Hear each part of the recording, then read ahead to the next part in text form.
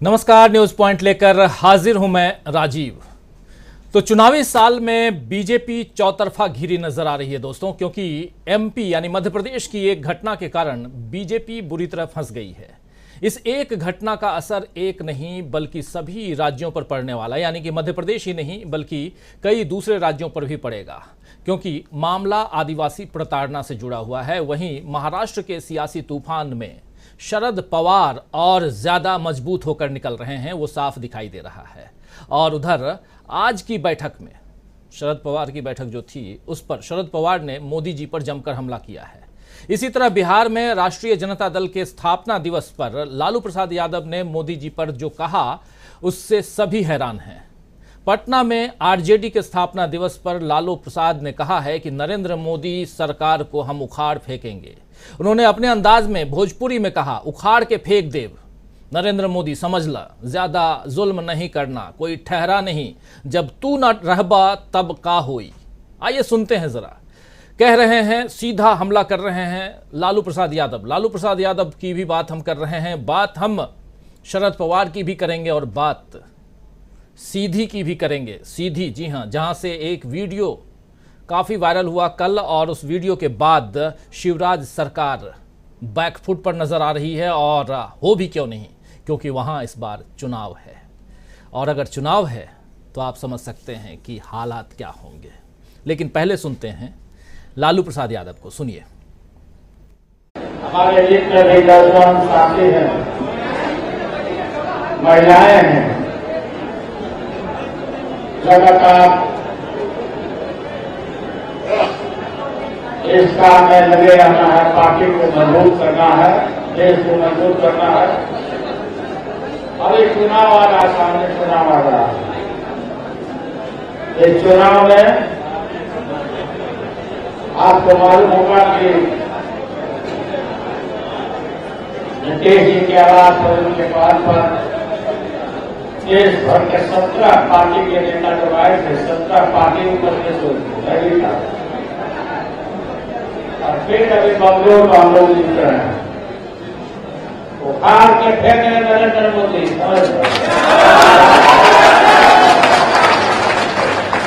ज्यादा न्याय और जुल्म नहीं करता है, जुल्म करने वाला सारा नहीं है। जिसके चाहता केस करो, मुकदमा करो, मुकदमा करो, मुकदमा करो। अच्छा, यह तो कहा याद करता है ना।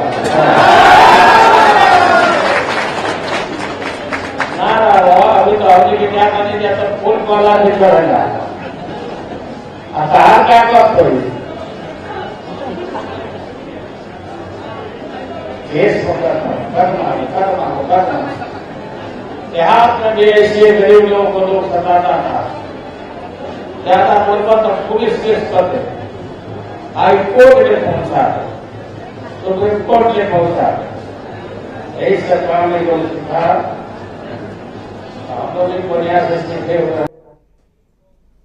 तो आप सुन रहे थे लालू प्रसाद यादव को अपने अंदाज में लालू यादव, और कह रहे हैं कि देहात में पहले लोग गरीबों को ऐसे ही सताते थे। वे गरीबों को कहते थे कि कोर्ट में केस कर देंगे, हाई कोर्ट तक पहुंचा देंगे। लालू ने हालांकि ये भी कहा कि हम लोग डरने वाले नहीं हैं। कुछ यही बात, इसी तरह की बात उधर शरद पवार ने कही है। उन्होंने महाराष्ट्र में एनसीपी के अपने समर्थकों की बैठक में कहा है कि मोदी जी ने एनसीपी को भ्रष्ट कहा, तो अब एनसीपी के साथ गठबंधन क्यों किया है। उद्धव ठाकरे के साथ जो हुआ वही हमने दोहराया गया है, हमारे द्वारा दोहराया गया है। हमें सत्ता की भूख नहीं है, हम लोगों के लिए काम करते हैं, ये कह रहे हैं शरद पवार, एनसीपी चीफ। तो उधर लालू प्रसाद यादव और उधर शरद पवार जैसे दिग्गज नेता मोदी जी को सीधी चुनौती दे रहे हैं, और वही सीधी से, यानी मध्य प्रदेश वाले सीधी से, वहां पर जो एक घटना हुई है, उस घटना ने बीजेपी को फंसा दिया है। आप जानते हैं कि मध्य प्रदेश के सीधी जिले में बीजेपी का कार्यकर्ता बताए जा रहे प्रवेश शुक्ला पर आरोप है कि उसने एक आदिवासी युवक के मुंह पर पेशाब की। इस घटना का एक वीडियो भी वायरल हुआ, जिसमें साफ दिख रहा है कि आरोपी सिगरेट पीते हुए नीचे बैठे आदिवासी युवक पर पेशाब कर रहा है। वीडियो के सामने आते ही मध्य प्रदेश के सियासी हलकों में हड़कंप मच गया।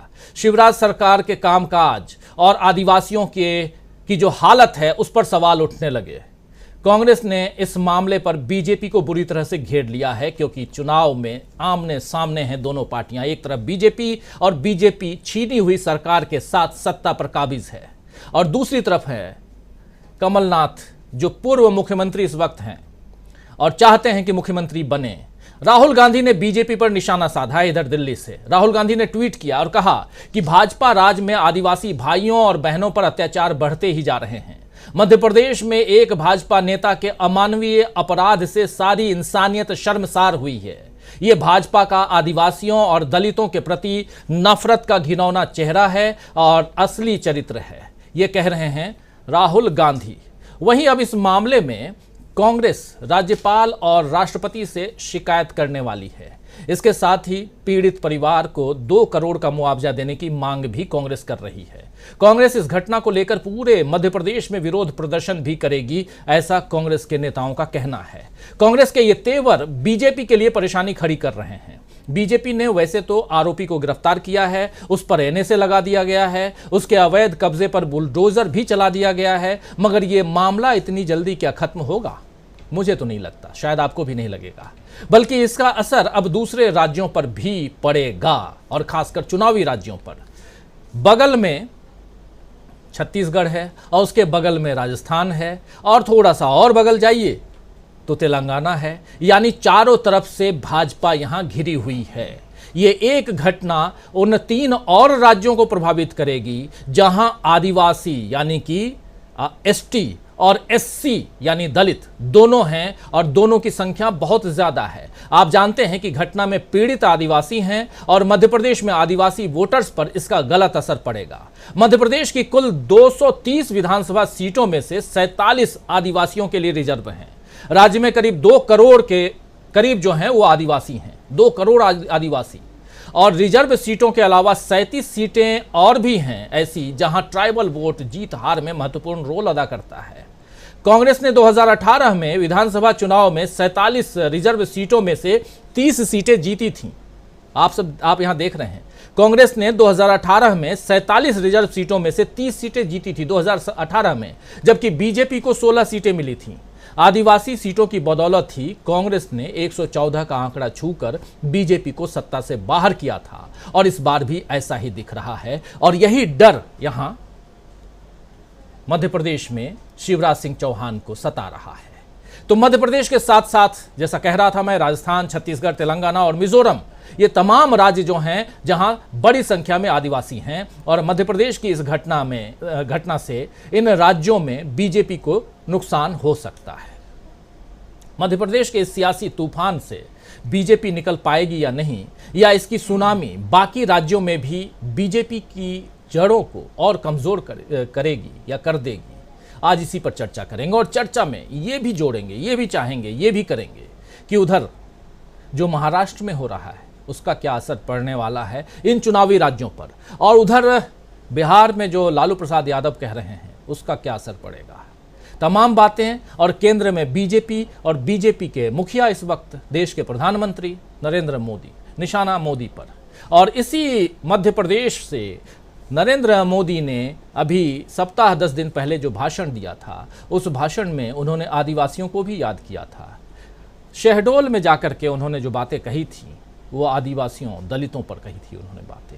मध्य प्रदेश की राजधानी भोपाल में जो बातें उन्होंने की थी वो बातें गारंटी की थी, वो बातें भ्रष्टाचार की थी, और एनसीपी का नाम भी लिया था। लेकिन भ्रष्टाचारियों को अपने पाले में लाना ये बीजेपी से बेहतर और कौन जानता है। खैर, चर्चा को आगे बढ़ाते हैं और समझने की कोशिश करते हैं सबसे बड़े सवाल के साथ कि क्या चारों तरफ से घिर गई है बीजेपी। आइए हमारे साथ देखिए, इस वक्त 7 वरिष्ठ साथी जुड़े हुए हैं, वरिष्ठ पत्रकार जुड़े हुए हैं। हमारे साथ मीनू जैन जी जुड़ी हुई हैं। मीनू जी, आपका स्वागत करता हूं। हमारे साथ प्रोफेसर अखिल स्वामी जी जुड़ गए हैं। अभी थोड़ी देर पहले हम लोग कह रहे थे स्वामी जी आज कक्षा में लेट हो गए, लेकिन यहाँ कक्षा में राइट टाइम है।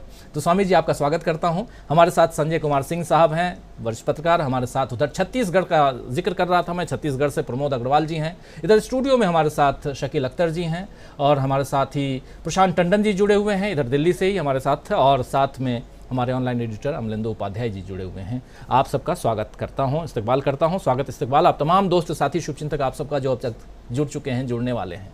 खास कार्यक्रम, बात छोटी मोटी नहीं है। मध्य प्रदेश की जितनी, और मध्य प्रदेश में बीजेपी और इस बीजेपी के कार्यकर्ता की, हालांकि बीजेपी के लोग कह रहे हैं कि हमारा कार्यकर्ता नहीं है, लेकिन जितनी तस्वीरें आ रही हैं अलग अलग तरह से, वो साफ ये कह रहे हैं कि प्रवेश शुक्ला का ये जो कृत्य है वो तो शर्मनाक है ही, उसने पूरी बीजेपी को, इंसानियत को, सबको शर्मसार कर दिया है। आना चाहता हूं प्रोफेसर अखिल स्वामी जी आपके पास ही, किस रूप में कैसे देखा जाए, यहीं से शुरुआत मध्य प्रदेश से करते हैं। और आज दिन भर चर्चा में चाचा भतीजा भी खूब रहे हैं, उनकी चर्चा भी करेंगे, लालू प्रसाद की हुंकार की भी चर्चा करेंगे, लेकिन पहले मध्य प्रदेश। राजीव जी, कक्षा में हो गया, असल में दूसरा में मैं अटेंडेंस ले रहा था, उसमें 2 मिनट का टाइम लगा, इसलिए लेट हो गया।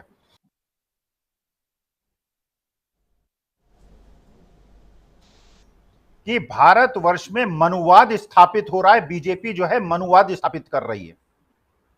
इतना जातीय विद्वेष, इतना दलितों और आदिवासियों पिछड़ों के प्रति विद्वेष, यह भारत के लिए घातक है।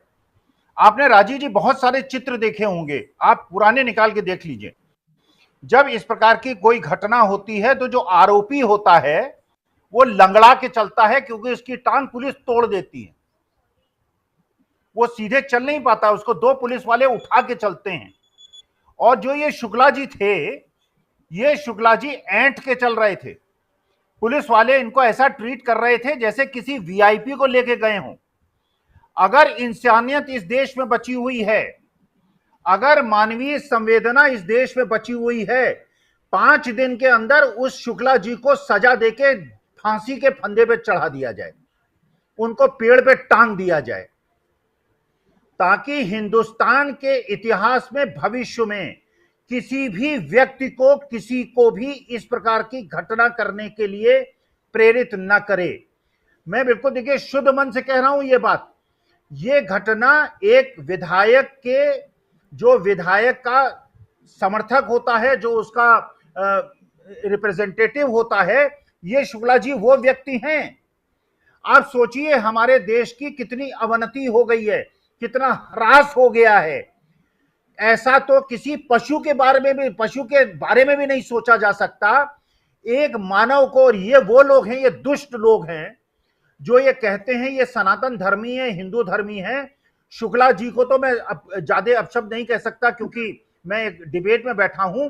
इनको तो खड़े चौराहे पे पीटना चाहिए, इनकी तो पिटाई होनी चाहिए, इनको तो इस प्रकार की घटना होनी चाहिए जैसे ऊना के अंदर दलितों को पीटा गया था कार से बांध के।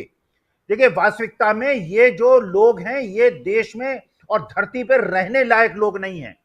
और ये जो इसका समर्थन कर रहे हैं और जो इसका बिल्कुल विरोध नहीं कर रहे हैं और इसकी जो निंदा नहीं कर रहे हैं, वास्तविकता में राजीव जी इससे शर्म की बात। और ये किस लिए हिम्मत बढ़ी है इन लोगों की? ये इन लोगों की हिम्मत, ये शुक्ला जी की हिम्मत इसलिए बढ़ी है क्योंकि इनके पास ब्रजभूषण शरण सिंह का उदाहरण है, इनके पास लखीमपुर खीरी के मिश्रा जी का उदाहरण है, इनके उन्नाव के सेंगर साहब का उदाहरण है। ये जानते हैं कि इस देश का इलेक्शन जो है अब हिंदू मुसलमान में अटक गया है। और ये मैं सच आपको बता रहा हूं, हिंदुत्व के नाम पे ये केवल मनुवाद स्थापित कर रहे हैं। और हम जैसे लोग जो कि देश की एकता अखंडता के समर्थक हैं, जो हम चाहते हैं कि देश में सभी धर्म और जाति मिलजुल के रहे, आज हमारा दिन शर्म से डूब मरने वाला दिन है।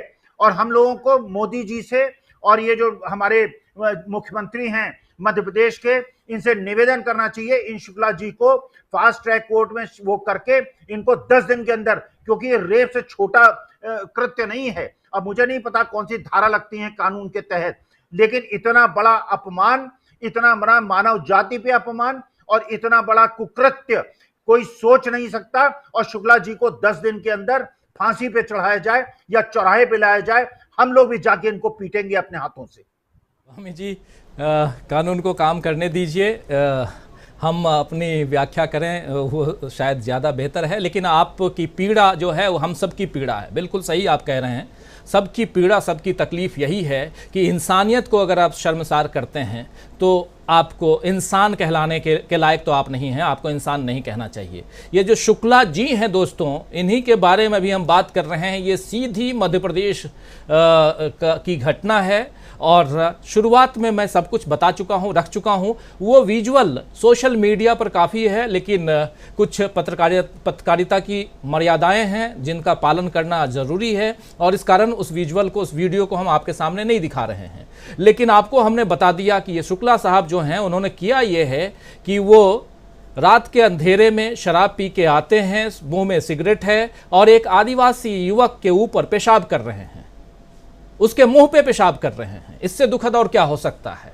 और उसके बाद इतना ही नहीं, उसके बाद जब ये घटना सामने आती है तो एफिडेविट यानी कि शपथ पत्र लिखवाते हैं और ये कहलवाते हैं कि हमारे ऊपर इसने किसी भी ढंग का जुल्म नहीं ढाया है, कोई कुकृत्य नहीं किया है। शुक्ला जी के ऊपर अगर किसी भी ढंग की कार्रवाई नहीं होगी, अगर होती है तो उसकी जिम्मेदारी हमारी होगी, ये भी लिखवा लिया।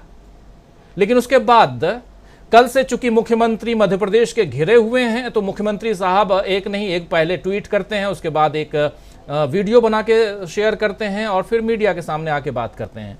इस महानुभाव शुक्ला जी के ऊपर एनएसए लगा दिया गया है और अलग अलग धाराओं में इनके ऊपर केस दर्ज किया गया है। लेकिन ये जो मुंह लपेटे हुए जो चल रहे हैं ना साहब, यही शुक्ला जी हैं और इनके साथ ये पुलिस वाले साहब जो चल रहे हैं, हाथ बगल में पिस्टल रखे हुए हैं, ये होंगे एक बड़े अधिकारी। इनका हाथ उनके पीठ पे जाता है। जरा देखिए, ये देखिए, जब किसी अपराधी के पीठ पर हाथ चला जाए तो आप समझ लीजिए कि वो हाथ गिरेबां पे नहीं है, वो हाथ पीठ पे है। इसका मतलब है कि कहीं ना कहीं हम आपके साथ हैं।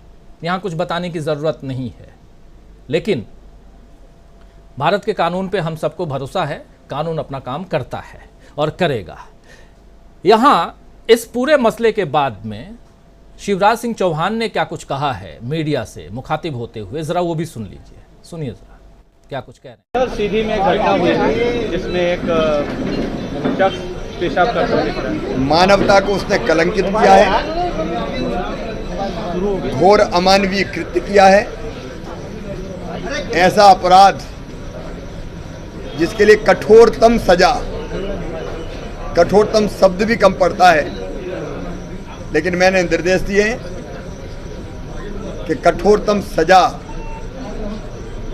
दी जाए, कड़ी से कड़ी कार्रवाई की जाए। ऐसी कार्रवाई जो उदाहरण बने, हम उसको किसी भी कीमत पर छोड़ेंगे नहीं। और एनएसए ये लगा करके एफआईआर दर्ज की गई है और इसे रीवा जेल में ट्रांसफ़र किया गया है, वहीं रखा जाएगा। जो मध्य प्रदेश के साथी हैं वो अच्छी तरह से उस भौगोलिक वहाँ की स्थिति को, वहाँ की परिस्थितियों को और वहाँ के भूगोल को बहुत अच्छी तरह से जानते हैं। वो समझ सकते हैं रीवा कहाँ है, सीधी कहाँ है, सतना कहाँ है। खैर, बढ़ते हैं आगे और आना चाहता हूँ मीनू जी आपके पास। हालांकि मैं जानता हूँ कि आप सब आग बबूला हैं और सबको ये घटना जो है पीड़ा पहुंचा रही है, मैं समझ सकता हूं। और जो हमारे साथी हैं जो देख रहे हैं उनको भी पीड़ा पहुंच रही होगी, क्योंकि मानवता को शर्मसार करने वाली घटना है। लेकिन इस घटना का राजनीतिक पहलू टटोलने की कोशिश करते हैं हम। अब इस घटना के अंदर न जाकर, क्योंकि घटना के आगे का काम जो है वो पुलिस कर रही है, कानून करेगा। लेकिन मीनू जी, अब राजनीतिक पहलू को ज़रा टटोलें। 4 राज्यों से लगा हुआ है ये जो पूरे के पूरे एक पट्टी है, मध्य प्रदेश, छत्तीसगढ़, तेलंगाना, राजस्थान, पूरा का पूरा आप देखिए एक पट्टी है। और इन चारों राज्यों में और उसके अलावा मिजोरम, और सब जगह आदिवासी हैं, दलित हैं। संख्या मध्य प्रदेश में, अभी ये बताया, मध्य प्रदेश में ऐसे देखा जाए तो आंकड़ों के आधार पर, जनसंख्या के आधार पर आदिवासियों की संख्या ज़्यादा है। लगभग 2 करोड़ आदिवासी हैं, 2.25 करोड़ आदिवासी हैं मध्य प्रदेश में। 22% इनकी संख्या है। और बगल में छत्तीसगढ़, जहां 34% आदिवासी हैं। लेकिन छत्तीसगढ़ प्रदेश जो है छोटा है, तो संख्या वाइज, पॉपुलेशन वाइज कम है, लेकिन डेंसिटी ज़्यादा है और उस हिसाब से 34% वहाँ है। तो मध्य प्रदेश, छत्तीसगढ़, फिर आप बढ़िए तेलंगाना, वहाँ भी परिस्थिति ऐसी ही है। और उसके बाद राजस्थान, वहाँ भी वैसे ही है। अभी थोड़े दिन पहले प्रधानमंत्री नरेंद्र मोदी ने वहाँ जाकर जनजातीय दिवस मनाने, बिरसा मुंडा जयंती पर जनजातीय दिवस की घोषणा की। हर साल मना रहे हैं। और बहुत कुछ इसलिए क्योंकि 47 जो रिजर्व सीटें हैं मध्य प्रदेश में आदिवासियों की, यानी कि एसटी की, शेड्यूल ट्राइब की उन 47 में से 30 सीटें 2018 में कांग्रेस जीत के आई थी मीनू जी, ये सामने है। कांग्रेस 2018 में 47 एसटी रिजर्व सीटों में से 30 सीटें जीती थी, जबकि बीजेपी 2018 में 16 सीटें जीती थी एसटी की रिजर्व 47 सीटों में से। अब यहीं से खेल शुरू होता है। मीनू जी को लाइए जरा स्क्रीन पे। यहीं से मीनू जी खेल शुरू होता है और आपसे समझना चाहता हूं मीनू जी, ये घटना कितना परेशान कर रही है बीजेपी को और कितना डैमेज करेगी बीजेपी को आपके नजरिए से? जी राजीव जी, जो इसका वीडियो मैंने भी देखा है सोशल मीडिया पे, तो वो जो व्यक्ति है प्रवेश शुक्ला, वो इस देश के लोकतंत्र पे और इस देश के संविधान के ऊपर पेशाब कर रहा है उस वक्त। क्योंकि इस देश का संविधान इस देश के दलितों और आदिवासियों और पिछड़े लोगों के लिए, उनकी संरक्षण के लिए, उनके अधिकारों की रक्षा के लिए कई तरह के उसमें प्रावधान किए गए हैं। लेकिन उन सब को धता बदाते हुए ये दबंग उस संविधान के ऊपर खुलेआम मूत्र विसर्जन कर रहा है। और ये विसर्जन करने की इसकी हिम्मत कहां से आई? वो इसकी पार्टी से आई है। इसकी जो पार्टी है वो जिस विचारधारा से पोषित है, आरएसएस की विचारधारा, वो विचारधारा आदिवासियों को आदिवासी नहीं वनवासी कहती है। वनवासी बोले तो जंगली, मतलब उनकी नजर में भाई जंगली जानवर के इक्विवेलेंट हैं आदिवासी। तो उसके नजर में भी ये आदिवासी जंगली लोग हैं और इनके ऊपर मूत्र विसर्जन, मल विसर्जन, जो भी कुछ चाहें वो आप कर सकते हैं। तो और ये संस्कारी पार्टी का ये उसने रिप्रेजेंटेशन दिया है। इसमें एक बात और मैं कहना चाहूंगी, उसके बाद आपके सवाल का भी जवाब दे दूंगी। हमारी राष्ट्रपति जो है वो आदिवासी समाज से आती हैं और उनको बड़े ढोल धमाड़े के साथ राष्ट्रपति बनाया गया था कि भाई 70 साल के इतिहास में पहली बार। लेकिन राष्ट्रपति जी इस संपूर्ण घटना के ऊपर बिल्कुल चुप हैं। वो हमेशा ही चुप रहती है। महिला समाज की भी प्रतिनिधि हैं, वो आदिवासी समाज की भी प्रतिनिधि हैं, लेकिन इन दोनों मुद्दों पर उनका मौन रहता है। अब आई आपकी मध्य प्रदेश की बात। देखिए, मध्य प्रदेश में जो आपने आंकड़े बताए और जो लगता हुआ छत्तीसगढ़ है वहां के आंकड़े बताए, और अन्य प्रदेशों में जो आपने ट्रायंगल बताया कि उसमें बहुत बड़ी एक आबादी है आदिवासी लोगों की।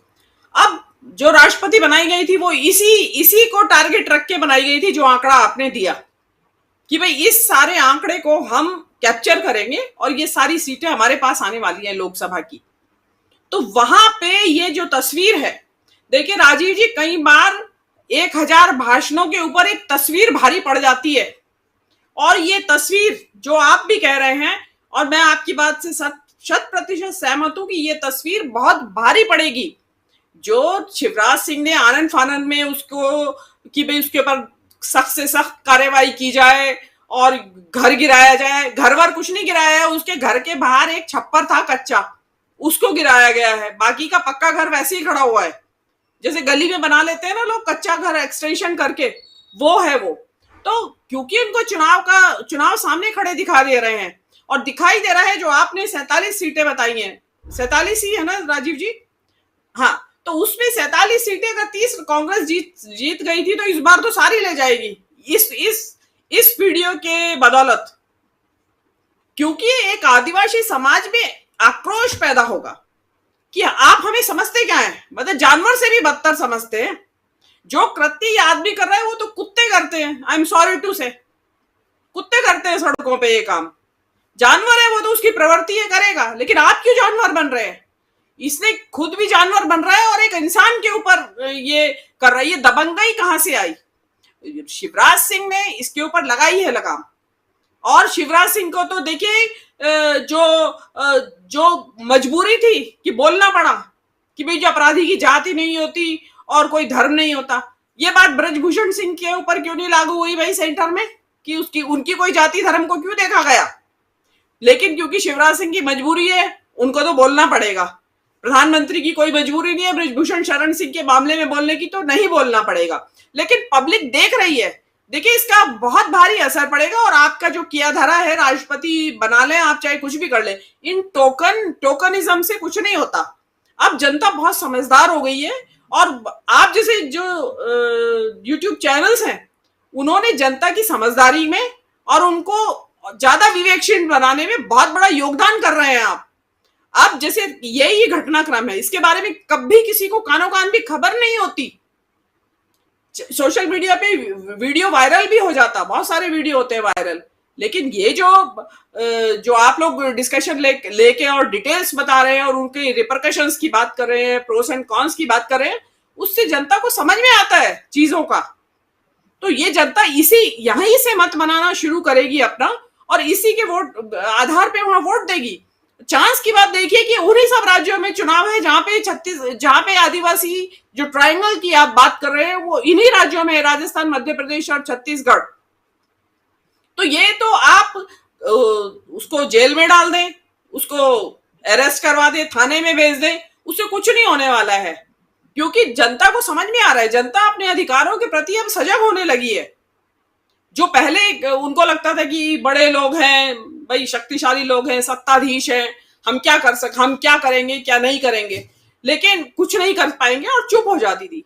लेकिन इसका जो असर जो है ये शिवराज सिंह चौहान ने बहुत अच्छी तरह से समझ में आ गया है उनको, और इसको डिफेंड करना बड़ा मुश्किल काम है, बहुत मुश्किल काम है, क्योंकि उस व्यक्ति ने बहुत ही घिनौना, क्या कहें, कोई शब्द नहीं है मेरे पास, तो घिनौने से भी ज्यादा निचले स्तर का एक काम किया है। तो ये जो तस्वीर है ये बहुत भारी नुकसान विधानसभा चुनाव में भी और लोकसभा चुनाव में भी इस पार्टी को करेगी। जी राजीव। तो ये तस्वीर बहुत नुकसानदायक साबित होगी, लेकिन ये जो शुक्ला है, प्रशांत टंडन जी, मैं शुक्ला जी बोल रहा था कोटेड, तो हमारे तमाम साथी मेरे ऊपर नाराज हो गए कि आप जी मत बोलिए।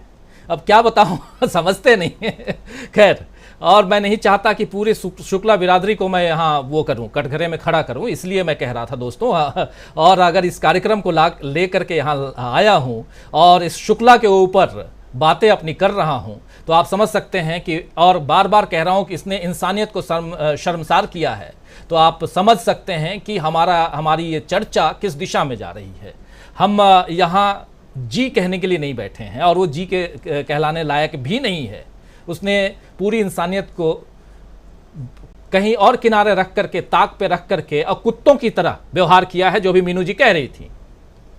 तो इसलिए इस बात को ध्यान में रखिए। आना चाहता हूं प्रशांत टंडन जी आपके पास।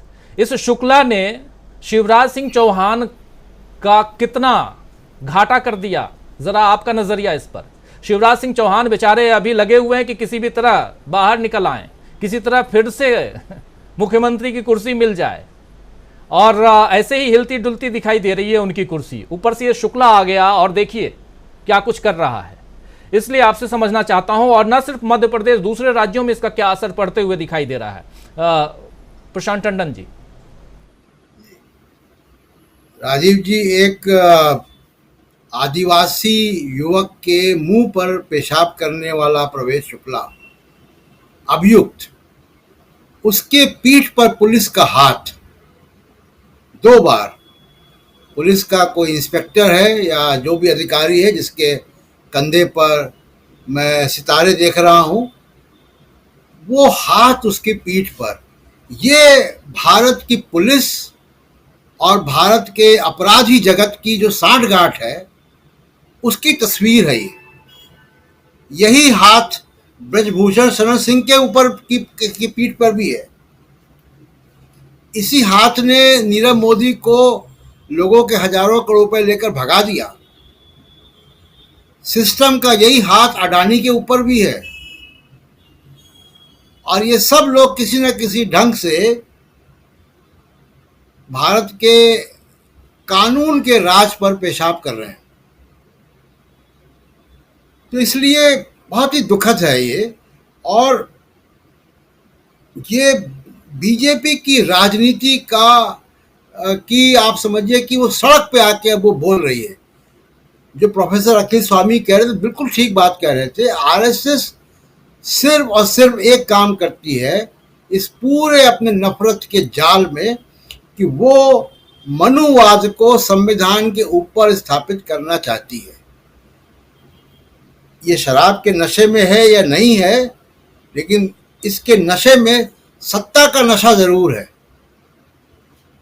वो सामाजिक सत्ता का है और राजनीतिक सत्ता, दोनों का नशा है इसके ऊपर। और इसी का नतीजा है कि ये इस तरीके का घिनौना काम ये कर रहा। और ये घिनौना काम आज इसका वीडियो बन गया, ये पूरे देश में हो रहा है और सैकड़ों साल से हो रहा है।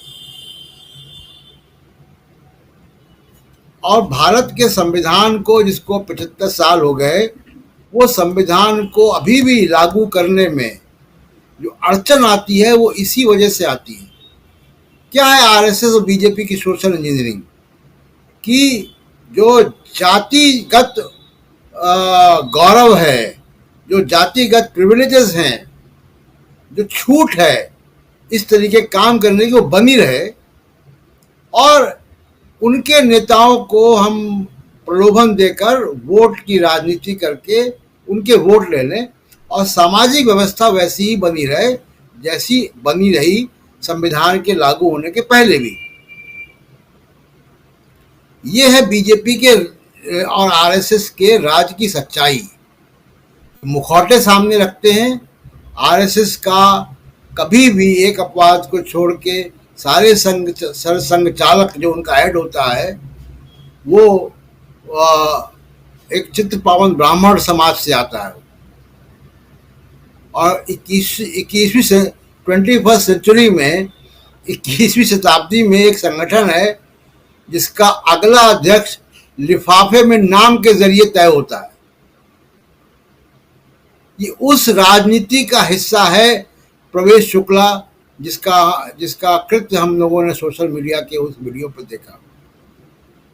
और 2024, क्योंकि आप राजनीति की बात कर रहे थे, राजनीति की बात बिल्कुल करनी चाहिए, क्योंकि राजनीति ही तय करेगी कि समाज कैसे ठीक हो।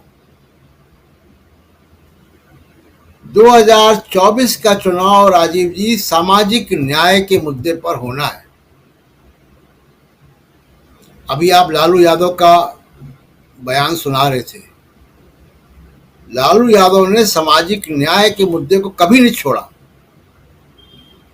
और तमाम सारी जो पॉलिटिकल पार्टियां हैं जो आज घिरी हुई दिखती हैं या जिनमें टूट हो रही है या जो इलेक्शन लड़ती हैं और चुनाव हार जाती हैं, चाहे वो जेडीएस हो चाहे दूसरी और पार्टियां हो, वो अपनी मूल राजनीतिक विचारधारा से हटती हैं। तभी उनका ये हश्र होता है।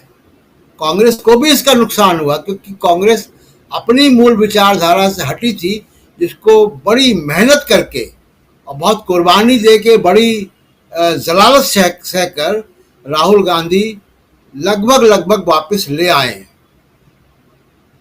नेताओं के स्तर पर भले न ले आए, लेकिन कम से कम कार्यकर्ता के स्तर पर ले आए, क्योंकि नेताओं पे अभी मैं बहुत भरोसे के साथ नहीं कह सकता हूँ, क्योंकि हर 4-6 महीने में कोई ना कोई नेता उनका इधर उधर निकलता है।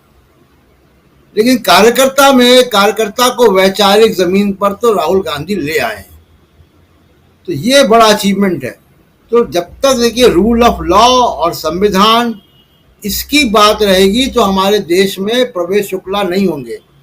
ये प्रवेश शुक्ला इसी नफरत की राजनीति, इसी मनुवाद की राजनीति, ये सोशल इंजीनियरिंग के नाम पे किया गया फ्रॉड, इसकी राजनीति की तस्वीर है प्रवेश शुक्ला जो कर रहा है।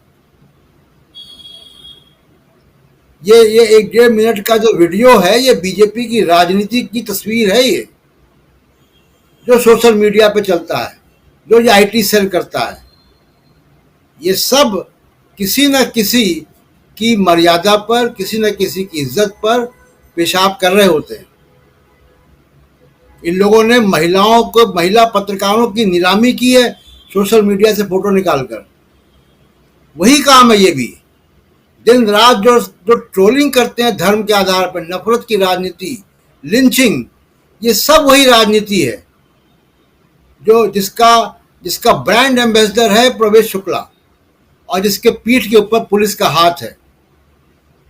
ये तस्वीर भारत की है आज की तारीख में, राजीव जी। जी बिल्कुल। ये तस्वीर आज की तारीख में भारत की सच्ची तस्वीर दिखा रही है। भारत किस दिशा में जा चुका है, देश किस दिशा में जा चुका है, उसकी तस्वीर आप देख रहे हैं कि एक अपराधी के पीठ पर अगर पुलिस का हाथ हो और ये अपराधी, इस अपराधी का कृत्य क्या है, ये अपराधी, इस अपराधी ने किया क्या है, वो आपने सोशल मीडिया के जरिए देख ही लिया है। इस आदमी ने एक दूसरे आदमी के ऊपर, छोड़ दीजिए कि वो आदिवासी है कि दलित है कि अल्पसंख्यक है कि ब्राह्मण है कि ठाकुर है कि बनिया है, क्या है, वैश्य है, छोड़ दीजिए इसको, वो इंसान तो है। क्या एक इंसान दूसरे इंसान के मुंह पर पेशाब करेगा? ये कृत्य किया है। उसके बाद साहब लेके जा रहे हैं इनको प्यार से पीठ पे हाथ रख के।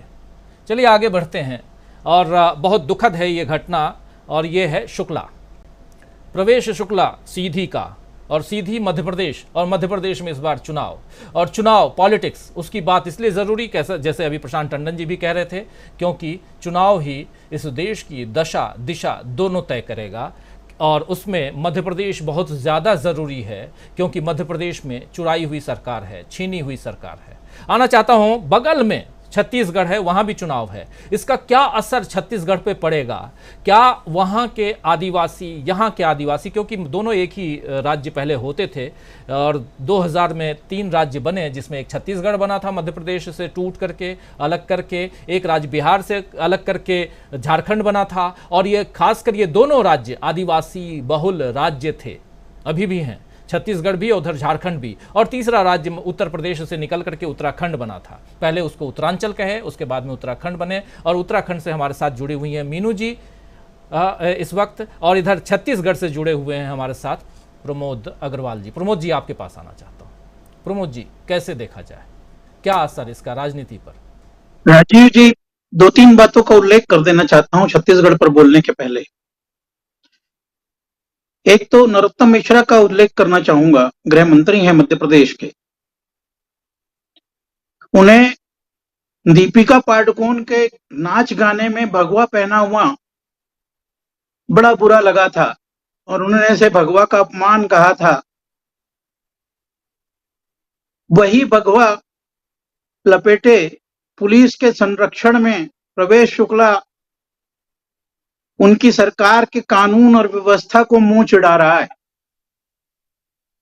लेकिन चूंकि वो मिश्रा जी का ब्राह्मणवाद का पोषक है, मिश्रा जी की विचारधारा घृणा और नफरत का पोषक है, इसलिए अब भगवा बुरा नहीं लग रहा। ये भगवा अब अपराधियों के चरित्र, चाल और चेहरे तीनों ढक रहा है। इस पर अब किसी को बुरा नहीं लग रहा। दूसरी बात, एक बात और याद दिलाना चाहूंगा, यह वही सीधी है जहां लगभग 1.5-2 साल पहले 9 पत्रकारों को थाने में नंगा करके बैठाया गया था, उनसे नंगा परेड कराई गई थी, और यही केदारनाथ सिंह का यही प्रवेश शुक्ला उसमें भी आरोपी था। लेकिन तब भी इसे कुछ नहीं हुआ था। यदि उस दिन कानून ने अपना काम किया होता तो ये घटना जो हमारे देश को पूरे विश्व में शर्मसार कर रही है, पूरे ब्रह्मांड की मानवता को झकझोर रही है, ये घटना नहीं होती। तीसरी बात कहना चाहूंगा कि शिवराज सिंह जी ने आज पहली बार कहा है कि आतंकवाद कि किसी अपराधी का कोई धर्म, जाति या चरित्र नहीं होता है। यह बात उनकी उस विचारधारा का खंडन करती है जिसमें वो कहते थे कि आतंकवाद का धर्म नहीं, आतंकवादी का धर्म नहीं होता, लेकिन हर आतंकवादी मुस्लिम होता है। आतंक का धर्म नहीं होता, लेकिन हर आतंकवादी मुस्लिम होता है। ये उनकी विचारधारा हमेशा कहती रही है। आज ये विचारधारा कैसे बदल गई? चौथी बात ये कहना चाहूंगा कि जिस बुलडोजर का चलने का आप उल्लेख कर रहे थे, उसके अगर विजुअल्स हैं तो आप दिखाइए कि वो प्रवेश शुक्ला के गार्डन को साफ करने गया था। उनकी संपत्ति को कोई नुकसान नहीं पहुंचा है। आप किसी भी सीधी के निवासी से पूछ लीजिए, उनके बाजू में एक टपरा बना हुआ था, टीन का, उसको गिरा दिया गया है और गार्डन की बड़ी बकायदा सफाई की गई है, जिसको अगर साफ कराते तो कम से कम 5-10 हजार रुपए और प्रवेश शुक्ला जी के लग जाते। आखिरी बात उस मामले में और ये कहना चाहूंगा कि केदारनाथ शुक्ला जी जो वहां के विधायक हैं, जिनका ये प्रतिनिधि है, उन्होंने 3 विभागों में इन्हें प्रतिनिधि नियुक्त किया हुआ है। अब बड़ी बेशर्मी से कह रहे हैं कि वो उनको नहीं जानते, वो उनका प्रतिनिधि नहीं है, वो भाजपा का नहीं है। इन सारी बातों को न केवल आदिवासी बल्कि पूरा देश, पूरा समाज सब देख रहे हैं कि ये किस व्यवस्था को चलाना चाहते हैं, किस तरह संविधान और कानून व्यवस्था के ऊपर पेशाब कर रहे हैं। शर्म आती है बोलने में भी कि हमारे देश में ये उन साधु संतों की पोषक पार्टी है जो मानवता को और सहिष्णुता को आदिकाल से सर्वोच्च बताते हैं, हमारी धर्म संस्कृति के दिन भर गुण गाते हैं और उस धर्म संस्कृति कायम करने के लिए इस पार्टी को वोट देने की अपील करते हैं। उन्हें भी आके सामने बताना चाहिए कि ये जो कर रहा था ये कौन सा धार्मिक काम था। एक हाथी की मौत हो जाने, एक कुत्ते के पिल्ले के कार के नीचे आ जाने का उदाहरण देने वाला ये पार्टी, इतनी बड़ी घटना पर कोई इनका बड़ा नेता कुछ नहीं बोल रहा है। राष्ट्रपति मुर्मू तो क्यों बनाई गई हैं सबको पता है। उनको खुद भी आशा नहीं थी कि वो इस बड़े पद पर पहुंच जाएंगी। अब उनको तो सत्यपाल मलिक ने कह ही दिया है कि उनका निर्णय, उनसे मिलने तक का निर्णय प्रधानमंत्री कार्यालय करता है, तो बोलने का निर्णय तो करता ही होगा। वो कहां से कुछ बोल पाएंगी। अब आता हूं छत्तीसगढ़ पर इसके प्रभाव के लिए। छत्तीसगढ़ से 2 बार सांसद और 5 बार विधायक और संपूर्ण जब मध्य प्रदेश संयुक्त था तब उसके प्रदेश अध्यक्ष रह चुके नंद कुमार साय ने अभी 3 महीने पहले पार्टी बदली है। वो संस्थापक सदस्य थे भारतीय जनता पार्टी के, जिन्होंने लखीराम अग्रवाल और कुशाभाऊ ठाकरे के साथ मिलकर मध्य प्रदेश में भारतीय जनता पार्टी को खड़ा किया था। वो नंद कुमार साय उस कांग्रेस में शामिल हो गए जिस कांग्रेस ने लाठीचार्ज में उनके हाथ पैर तोड़ दिए थे। लेकिन उन्होंने ये कहा कि मैं इसलिए शामिल हो रहा हूं कि मेरे राज्य के आदिवासियों की उपेक्षा कर रही है बीजेपी। आपको बताता हूं, केंद्र में एक मंत्री हैं भारतीय जनता पार्टी की सरकार में, डॉक्टर रेणुका सिंह। शायद आपको नाम भी याद नहीं होगा कि एक मंत्री इस तरह की भी हैं जो आदिवासी को प्रतिनिधित्व करती हैं केंद्र में। उन मंत्री को आपने कभी लोकसभा में बोलते या उन पर कैमरा टिकाते देखा है?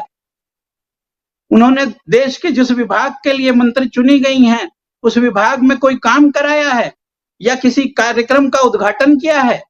नहीं किया है, क्योंकि उनको सिर्फ दिखाने के लिए मुखौटा बना करके रखा गया है। यही कारण है कि छत्तीसगढ़ के 2 आदिवासी इलाकों में, बस्तर और सरगुजा, जहां बहुतायत में सारी सीटें रिजर्व हैं, 26 में से लगभग सारी सीटें इन्हीं क्षेत्रों में एसटी के लिए रिजर्व हैं।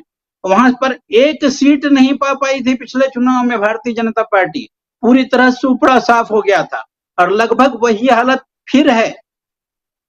उसका कारण यही है कि भारतीय जनता पार्टी ने छत्तीसगढ़ में आदिवासी नेतृत्व को कभी प्रधानता नहीं दी। सारे लोग जो यहाँ नेतृत्व करता है वो दूसरे प्रांत के निवासी हैं, सवर्ण जाति के लोग हैं, जिनका परसेंटेज जनता के बीच में 1% भी नहीं है।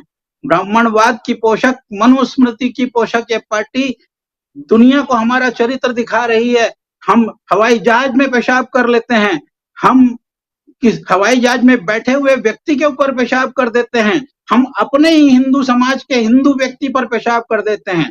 ये आदिवासी और ये दलित सिर्फ तब हिंदू होता है इनके लिए जब इनको इसके वोट की जरूरत होती है। अन्यथा जिस मुसलमान को ये नफरती हथियार बनाए हुए हैं उसी तरह का एक हथियार ये आदिवासी और दलित भी है इस देश में इनके लिए, जो इनके काले कारनामे करने के लिए, इनके व्यभिचार करने के लिए काम आते हैं। पूरा देश जानता है कि बस्तर में क्या हो रहा है, क्या नहीं हो रहा आदिवासियों के साथ। किसी मंत्री को, किसी केंद्र को ये फुर्सत नहीं है कि हमारे आदिवासियों के अनुसूची के अनुसार उनका कल्याण किया जाए। बहुत दुख की बात है कि इस देश में इस तरह का 21वीं सदी में इस तरह का कृत्य देखने के लिए हम लोग जिंदा हैं और इस पर डिबेट कर रहे हैं। बिल्कुल सही कह रहे हैं, बहुत दुखद है और इस पे हम आज चर्चा कर रहे हैं। चर्चा लाजिमी है, इसलिए ज़रूरी है क्योंकि अगर हम चर्चा ना करें, ऐसे विजुअल्स अगर ना आए सोशल मीडिया के ज़रिए, आज सोशल मीडिया अगर नहीं होता तो वैसे ही जैसे अभी आपने याद दिलाया कि 9 पत्रकारों को नंगा करके, और वो तस्वीर भी हम दिखाना नहीं चाहते दोस्तों ऐसी तस्वीरों को, क्योंकि पत्रकारिता की कुछ एथिक्स हैं और उसका पालन करना ज़रूरी है, लेकिन बता दे रहे हैं ज़रूर, जिसके बारे में अभी बता रहे थे प्रमोद अग्रवाल जी। 1.5 साल पहले की बात है, पत्रकारों को इन लोगों ने थाने में बंद करवा करके, और इतना ही नहीं नंगा करके बंद करवाया था, और उसमें भी ये साहब थे। तो ये साहब आज सलाखों के पीछे हैं और सरकार इनकी है, ये खुश हैं क्योंकि इनके ऊपर, इनके पीठ पर बड़े साहब का हाथ है। खैर, आना चाहता हूं इधर स्टूडियो में हमारे साथ जुड़े हुए हैं शकील अख्तर जी। शकील अख्तर जी, मध्य प्रदेश को बहुत नज़दीक से आप जानते हैं, और मध्य प्रदेश के हिसाब से ये घटना कितनी बड़ी घटना आज की तारीख में हो गई है, और उसका असर सीधा पूछना चाहता हूं दूसरे राज्यों पर क्या पड़ेगा?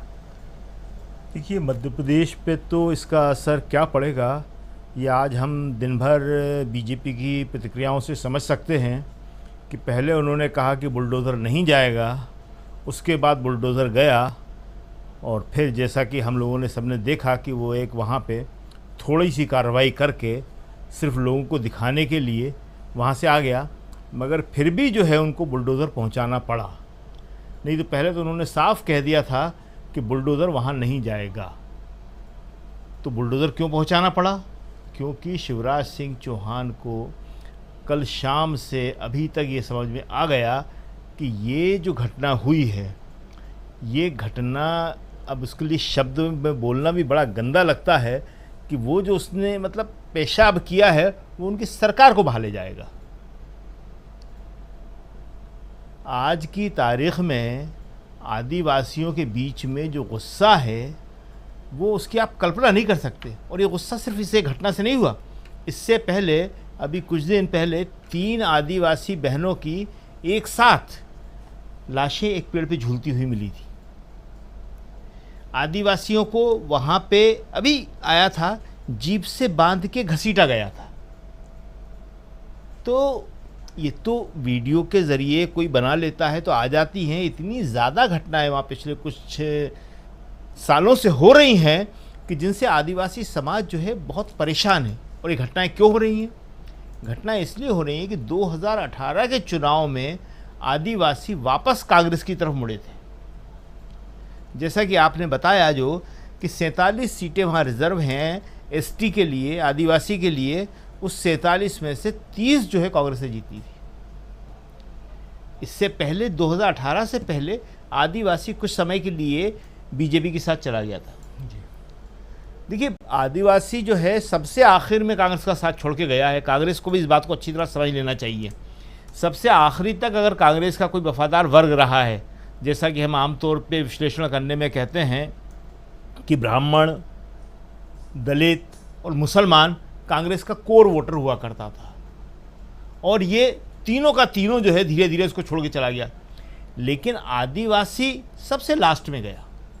वो आज भी आप छत्तीसगढ़ में जाइए, मध्य प्रदेश में जाइए, वहाँ पे पुराने किसी घर में, किसी झोपड़ी में, किसी पहाड़ में इंदिरा गांधी की फ़ोटो लगी होगी। बिल्कुल, हम तो बहुत घूमे हैं इन इलाकों में, और राहुल गांधी के साथ भी गए हैं, सोनिया गांधी के साथ भी गए हैं, इंदिरा जी के साथ भी गए हैं। तो वो बताते हैं, इंदिरम्मा, इन्होंने हमको ज़मीन दी थी, हम भूमिहीन थे। भूमिहीनों को ज़मीन देने का, आदिवासी भूमिहीनों को ज़मीन देने का जो सबसे बड़ा काम इस देश में किया है वो इंदिरा गांधी ने किया था। तो लोग आज भी उन्हें याद रखते थे और इसलिए वो कांग्रेस को वोट देते थे। मगर कांग्रेस जैसे कि बाकी वर्गों को नहीं संभाल पाई, इसी तरह उनको भी नहीं संभाल पाई, तो बीजेपी के पास चले गए थे और 2018 में उनकी वापसी हुई थी। तो आज इसलिए मध्य प्रदेश की सरकार बुरी तरह घबराई हुई है। दूसरी बात क्या है कि 47 सीटें रिजर्व हैं एसटी के लिए और 35 सीटें रिजर्व हैं एससी के लिए, दलितों के लिए। आज आप देखिए कि ये राजनीति में जो राजनीति करने वाले हैं, नेता लोग हैं, वही इसको समझते हैं। मायावती ने आज सुबह जो एक ट्वीट किया, उसमें दलित वर्सेस ओब्लिग लिखा जी, दोनों को साथ जोड़ के चला रही है। दोनों को साथ जोड़ के चला रही है कि इससे वो सीटें हो जाती हैं जो रिज़र्व हैं खाली 82, तो 82 तो ये सीटें रिज़र्व हैं, और इसके अलावा करीब 50 सीटें ऐसी और हैं, 37-38 आदिवासी बहुल या आदिवासी प्रभाव वाली, और उसके अलावा 12-13 सीटें जो हैं वो दलितों के असर वाली या प्रभाव वाली जी। तो 50 और 82 ये बहुमत के आंकड़े से भी ज़्यादा निकल जाता है, 132 सीटें हो जाती हैं। ये 230 में से 116 सीटें बहुमत के लिए चाहिए होती हैं, और ये सीटें जो हैं 130 से ऊपर निकल रही हैं। तो आप सोच सकते हैं कि दलित आदिवासी का गणित वहाँ कितना मजबूत है। और जो हम आबादी की बात कर रहे थे, परसेंटेज की बात कर रहे थे, तो दलित का परसेंटेज वहाँ है 16 और आदिवासी का परसेंटेज है 22। मध्य प्रदेश की बात कर रहे हैं खाली हम आपको जी, बिल्कुल। टोटल हो जाता है 38% वोट में सरकार बन जाती है। मोदी जी की 37% वोट में केंद्र में बनी हुई है। बिल्कुल। तो इसलिए ये वहाँ पे बीजेपी के अंदर बहुत बड़ी घबराहट फैली हुई है। अब एक बात और बताते हैं, आदिवासी जो आपने कहा और प्रशांत जी ने भी कहा कि राहुल गांधी बड़ी मुश्किल से कांग्रेस की उस जो आइडियोलॉजी थी, जो उस मूल विचारधारा थी, उसको वापस ला पाए हैं। बहुत सही बात कही है ये। देखिए, ये आदिवासी की बात, वनवासी की बात राहुल ने गुजरात चुनाव के दौरान कही थी। बिल्कुल। अपनी यात्रा के बीच में से राहुल गुजरात गए थे। राहुल जब यात्रा कर रहे थे तो राहुल ने कह दिया था कि मैं यात्रा के बीच में से कहीं नहीं जाऊंगा, और कहीं गए भी नहीं, वो हिमाचल गए ही नहीं। लेकिन गुजरात में उनके ऊपर बहुत प्रेशर था कि आपको गुजरात एक बार आना पड़ेगा, तो एक बार गए थे 2 दिन के लिए जी। वहाँ राहुल गांधी ने क्या बोला था? गुजरात में उन्होंने यही बोला था कि ये आदिवासी हैं देश के, ये मूल निवासी हैं, लेकिन भाजपा इनको आदिवासी नहीं बोलती है, भाजपा इनको बोलती है वनवासी जी। और वनवासी का मतलब होता है जंगल में रहने वाला जंगली आदमी। राहुल ने वहाँ इस बात को इतनी अच्छी तरह समझाया था कि ये आदिवासी, इनके जल, जंगल और ज़मीन, इन पे इनका अधिकार है, और ये आदिवासी देश के लिए कितने ज़रूरी हैं और इनके अधिकार जो हैं वो कितने ज़रूरी हैं। उसके बाद जब प्रधानमंत्री मोदी गुजरात गए जी, ये पहली बार हुआ कि प्रधानमंत्री को राहुल के ट्रैक पे आना पड़ा। 58 बार, 58 बार अपने भाषण में आदिवासी शब्द का उपयोग करना पड़ा था जी। तो ये जो आप राहुल की बात कर रहे थे, तो राहुल ने इस देश में कई बार ट्रैक बदला है, और ये बहुत बड़ी बात है कि आज की राजनीति जो है राहुल वर्सेस मोदी हो गई है। अभी तक वो कहते थे कि मोदी के मुकाबले कौन, अब वो खुद मानते हैं। गृह मंत्री अमित शाह कह रहे हैं कि अगर राहुल प्रधानमंत्री बन जाएंगे तो, मतलब उनको लगता है कि राहुल प्रधानमंत्री बन सकते हैं, बन जाएंगे। देखिए, राहुल ने जो भी कहा, उन्होंने किसानों पर कहा कि काला कानून वापस लेना पड़ेगा, वापस हो गया। उन्होंने कोरोना पर कहा कि ये आपकी गलत प्लानिंग है, आप गलत लॉकडाउन लगा रहे हैं, और वो सही साबित हुआ। अर्थव्यवस्था पे उन्होंने कहा कि आपकी नीतियाँ गलत है, अर्थव्यवस्था गिरेगी, गिर गई। 2000 नोट के बारे में उन्होंने कहा था जब निकाला था कि ये नोट बंद होगा, बंद हो गया। तो आज की तारीख में राहुल गांधी जो है इस देश के भविष्य को देख रहे हैं, और इस देश का भविष्य सिर्फ मोहब्बत की दुकान में है, प्रेम में है। ये जो नफरत की राजनीति कर रहे हैं, विभाजन की राजनीति करते हैं, असहिष्णुता की राजनीति कर रहे हैं, उसी का तो परिणाम है कि प्रवेश शुक्ला में ये भाव पैदा होता है। ये घृणा कहाँ से आती है? प्रेम करने वाला आदमी ये काम कभी नहीं कर सकता।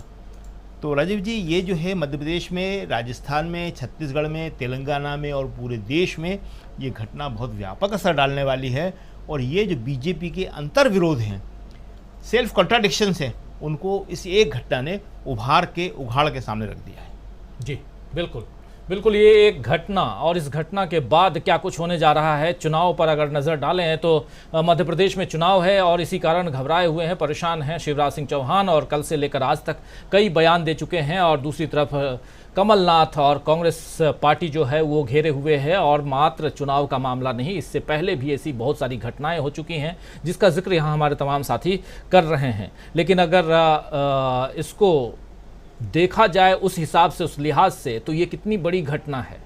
और सिर्फ ये नहीं कि इससे बीजेपी को फ़ायदा होगा या घाटा होगा, या ओवरऑल हमारे समाज में जो ऐसी कुरीतियाँ व्याप्त हैं, जो बसी हुई हैं, धरी बिल्कुल घर कर गई हैं, उसका क्या होगा और उससे कैसे छुटकारा पाया जाए, और साथ में इसका क्या असर चुनाव पे पड़ेगा। फिर से चुनाव पे हम आ जाएंगे, चुनाव पर पड़ेगा। जरा एक बार फिर से आना चाहता हूँ संजय कुमार सिंह जी, आपके पास आना चाहता हूँ, जरा इस पर आपका कमेंट भी चाहूँगा। कैसे आप देखते हैं राष्ट्रपति महोदया जो बनी थी जब द्रौपदी मुर्मू, तो बहुत ज़ोर शोर से भाजपा ने तमाम पूरे देश भर में आदिवासियों के उत्थान की बात कही और ये भी दावा किया कि आज तक, और ये गर्व से कहा कि आज तक कांग्रेस ने जो काम नहीं किया हमने किया, एक आदिवासी उसमें भी महिला को इस कुर्सी पर सर्वोच्च पद पर विराजमान करवाया। लेकिन आज क्या जो कुछ हो रहा है, प्रधानमंत्री मणिपुर का मां तो नहीं बोले, मध्य प्रदेश का मां बोलेंगे क्या? नहीं, प्रधानमंत्री नहीं बोलेंगे, मुझे नहीं लगता कि वो बोलेंगे, और वो बोलते नहीं है। उनकी रणनीति यही है कि वो नहीं बोलेंगे। वो बोलेंगे, और वो जो बोलेंगे वो सबको पता है, वो बोलते रहे हैं, बोल ही रहे हैं। तो उनके बोलने और करने का ये असर हुआ है कि प्रदीप शुक्ला ने ये किया, और सिर्फ किया नहीं, इसकी चर्चा कोई नहीं कर रहा है। मतलब ये इतना बड़ा मामला है। और आज मैं एक ट्वीट देख रहा था कि इन लोगों ने ट्वीट नहीं किया। तुरंत हम लोगों पर कहा जाता है, हम लोग अगर सरकार के खिलाफ कुछ लिखे तो तुरंत आ जाता है कोई ना कोई कि आपने उस पर नहीं लिखा, उस पर नहीं लिखा, उस पर नहीं लिखा। लेकिन आज मैंने देखा कि एक ट्वीट था जिसमें बताया गया कि संघ परिवार के किन समर्थकों ने इस पे कुछ नहीं लिखा है या कुछ नहीं ट्वीट किया है। तो जितने उनके पत्रकार या क्या बोलते हैं समर्थक हैं, उन लोगों ने इस पे अभी तक कुछ नहीं बोला है। और ये ऐसा मामला नहीं है कि इसको इग्नोर कर दिया जाए या किया जा सकता है। इस पे चर्चा तो होनी चाहिए थी, लेकिन कोई नहीं कर रहा है। ये उनकी रणनीति का असर है। तो मेरे कहने का मतलब ये है कि इसको सपोर्ट करने वाले लोग हैं, भले वो डायरेक्ट सपोर्ट नहीं है, इनडायरेक्ट सपोर्ट तो हो ही गया। तो आपने अगर इसकी चर्चा नहीं की तो इनडायरेक्ट सपोर्ट तो आप कर ही रहे हैं। दूसरा, ये भी सपोर्ट किया जा रहा है कि ये घटना 3 महीने पुरानी है। दूसरा ये कि मुख्यमंत्री इसके सख्त कार्रवाई के लिए पहले ही कह चुके थे, और ये कि अगर ये दोनों हो चुका था तो अब ये कोई मामला नहीं है, अब इसकी चर्चा आप क्यों कर रहे हैं। और तीसरे, ये तो कोई भी किसी के साथ भी फोटो खिंचा लेता है, वो करीबी नहीं है। ये सारी बातें हिंदू ही कह रहे हैं। तो जो हमारा हिंदू मजबूत हुआ है मोदी जी की रात में, वो हिंदू तो मजबूत हुआ है। गलती से उसने आदिवासी के साथ कर दिया तो हम लोग कह पा रहे हैं कि वो आदिवासी है, वरना हिंदुओं के साथ तो होता ही रहा है, चाहे वो हवाई जहाज में हुआ हो, चाहे और कहीं हो। तो जो हिंदू मजबूत हुआ है, हिंदुओं पे पेशाब कर रहा है, ये हम नहीं देख रहे हैं, या देख नहीं पा रहे हैं, या देखने नहीं दिया जा रहा है, या दिखाया नहीं जा रहा है। आदिवासी का जब मामला हुआ तो हम उसको कह रहे हैं कि आदिवासी का है, लेकिन क्या ये आदिवासियों तक वैसे पहुंचेगा जैसा पहुंचना चाहिए? अगर ये कह दिया जाए आदिवासियों को संतोष दिलाने के लिए, अरे नहीं वो तो सबको करता है, नेता तो सब ऐसे ही होते हैं, फलाने पे भी किया, ढिमकाने पे भी किया, तो एक गरीब, कमजोर, कम पढ़ा लिखा आदिवासी क्या समझेगा? उसको लगेगा कि हाँ शायद यही बात है। लेकिन सच ये है जो हम लोग समझते हैं और सबको समझना चाहिए कि हिंदू इतना मजबूत हो गया है कि उसको किसी से डर ही नहीं है। और मुख्यमंत्री के ये कहने के बावजूद कि उस पर सख्त से सख्त कार्रवाई की जाए, पुलिस वाला उसकी पीठ पे हाथ रख रहा है। और जैसा स्वामी जी ने कहा कि आमतौर पे वो ऐसे अपराधी पुलिस वालों के कंधों पे चल के जाते हैं, वो सीना तान के चल रहा है। तो ये स्थिति है, ये शासन है, ये हम लोगों को मिला है। और इसलिए मिला है कि हम चाहते थे कि हिंदू मजबूत हो, तो हिंदू मजबूत हो गया है, और वो हम ये देख रहे हैं। अब इसको हम मान सकते हैं कि ये साइड इफेक्ट है कि हिंदू जो मजबूत हुआ वो हिंदू के खिलाफ ही कार्रवाई कर रहा है।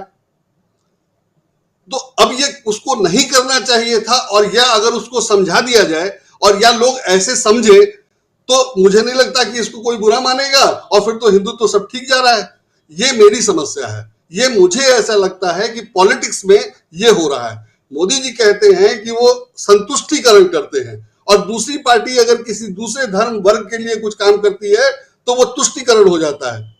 तो मोदी जी ने हिंदुओं का संतुष्टिकरण किया, उसमें यह है कि तुम जो करो सो हम बचा लेंगे, जैसे ब्रजभूषण सिंह को बचा लिया, और नहीं बचा पाएंगे तो इंस्पेक्टर है तुम्हारी पीठ पे, हाथ है उसका। यही तो हो रहा है, यही तो हम देख रहे हैं।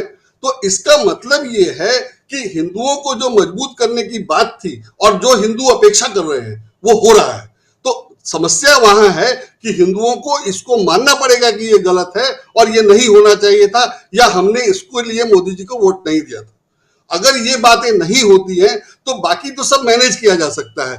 जैसे मुसलमानों को के खिलाफ हिंदुओं को खुश करने के लिए अब कॉमन सिविल कोड की बात आ गई इलेक्शन के समय, 10 साल तक उस पर कोई बात नहीं हुई और अब उसकी बात आ गई, और अब उसके पक्ष में उपराष्ट्रपति भी बोल रहे हैं। बाकी कोई बोले, पॉलिटिशियन तो बोले, उपराष्ट्रपति भी बोल रहे हैं और वो अखबारों में पहले पन्ने पे खबर के रूप में छप भी रहा है। तो यूसीसी को इस तरह से प्रचारित किया जा रहा है कि वो सरकार को चुनाव जीतने में मदद करे। उसमें ये कह दिया गया कि आदिवासियों पर नहीं लागू करेंगे, वो आदिवासियों को खुश करने के लिए ही था। ये घटना हो गई वो अलग बात है, लेकिन आदिवासियों को खुश करने के लिए ही था कि यूसीसी आदिवासियों पर लागू नहीं होगा।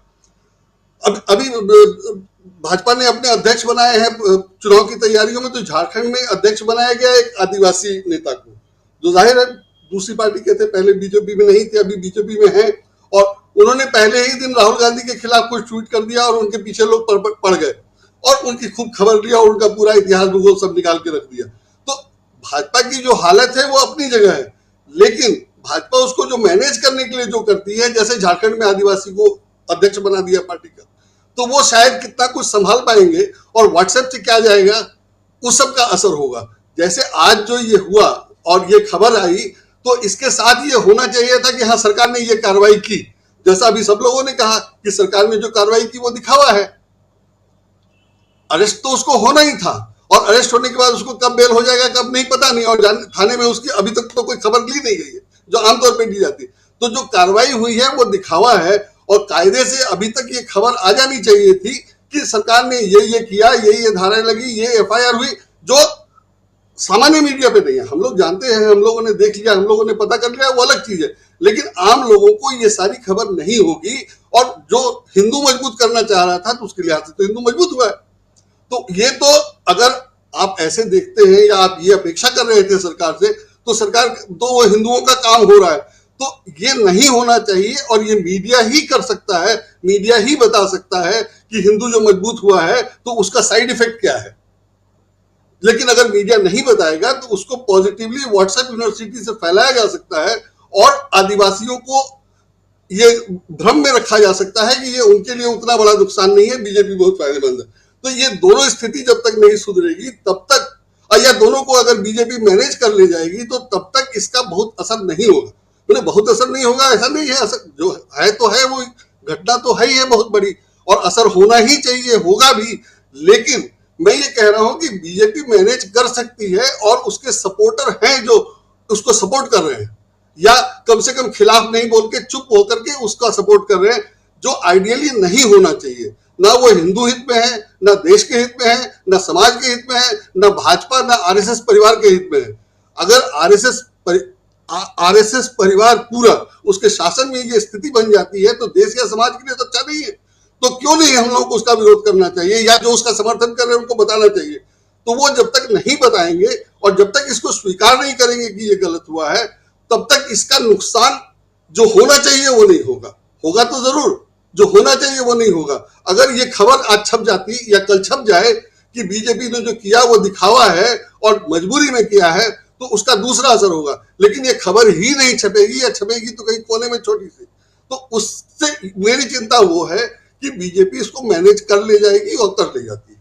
राजीव जी, बीजेपी मैनेज करेगी, सत्ता में बीजेपी है।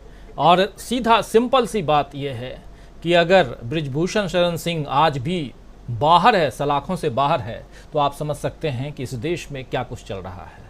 कानून कहाँ है, ये आप इसका एक जीता जागता ताज़ा तरीन उदाहरण एग्जाम्पल, और वो नाम है बृजभूषण शरण सिंह का। तो ये तो शुक्ला साहब हैं, शुक्ला की बात आने वाले समय में भी पता चल ही जाएगी कि क्या कुछ हुआ इस शुक्ला के साथ में।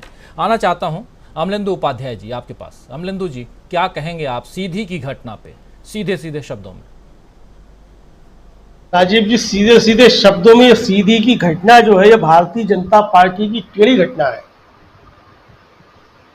और ये उसका असली चाल चरित्र चेहरा जो है भारतीय जनता पार्टी का, उसको दर्शाती है। प्रवेश शुक्ला ने जो कुछ किया है वो कुछ भारतीय जनता पार्टी की रीति नीति से हटकर नहीं किया है। जो उनकी असली संस्कृति है उसी का उसने प्रदर्शन किया है। बस ये बात अलग हो गई कि उसने खुलेआम कर दिया, बाकी जो है लुक छुपा के करते हैं।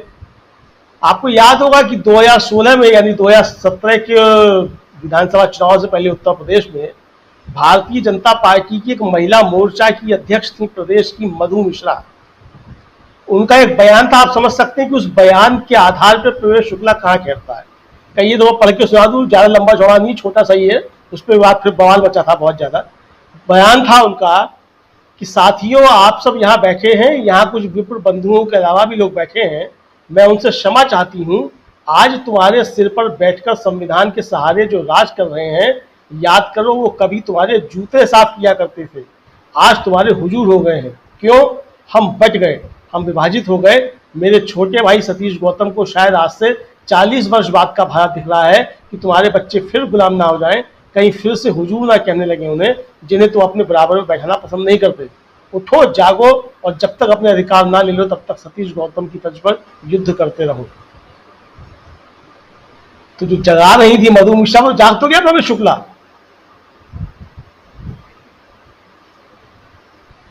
तो यही इनका असली चाल चरित्र चेहरा है। भारतीय जनता पार्टी उसमें लाग लपेट भले ही कुछ भी करती रहे, कुछ भी कहते रहे शिवराज सिंह, असली चाल चरित्र चेहरा है जो वो यही है।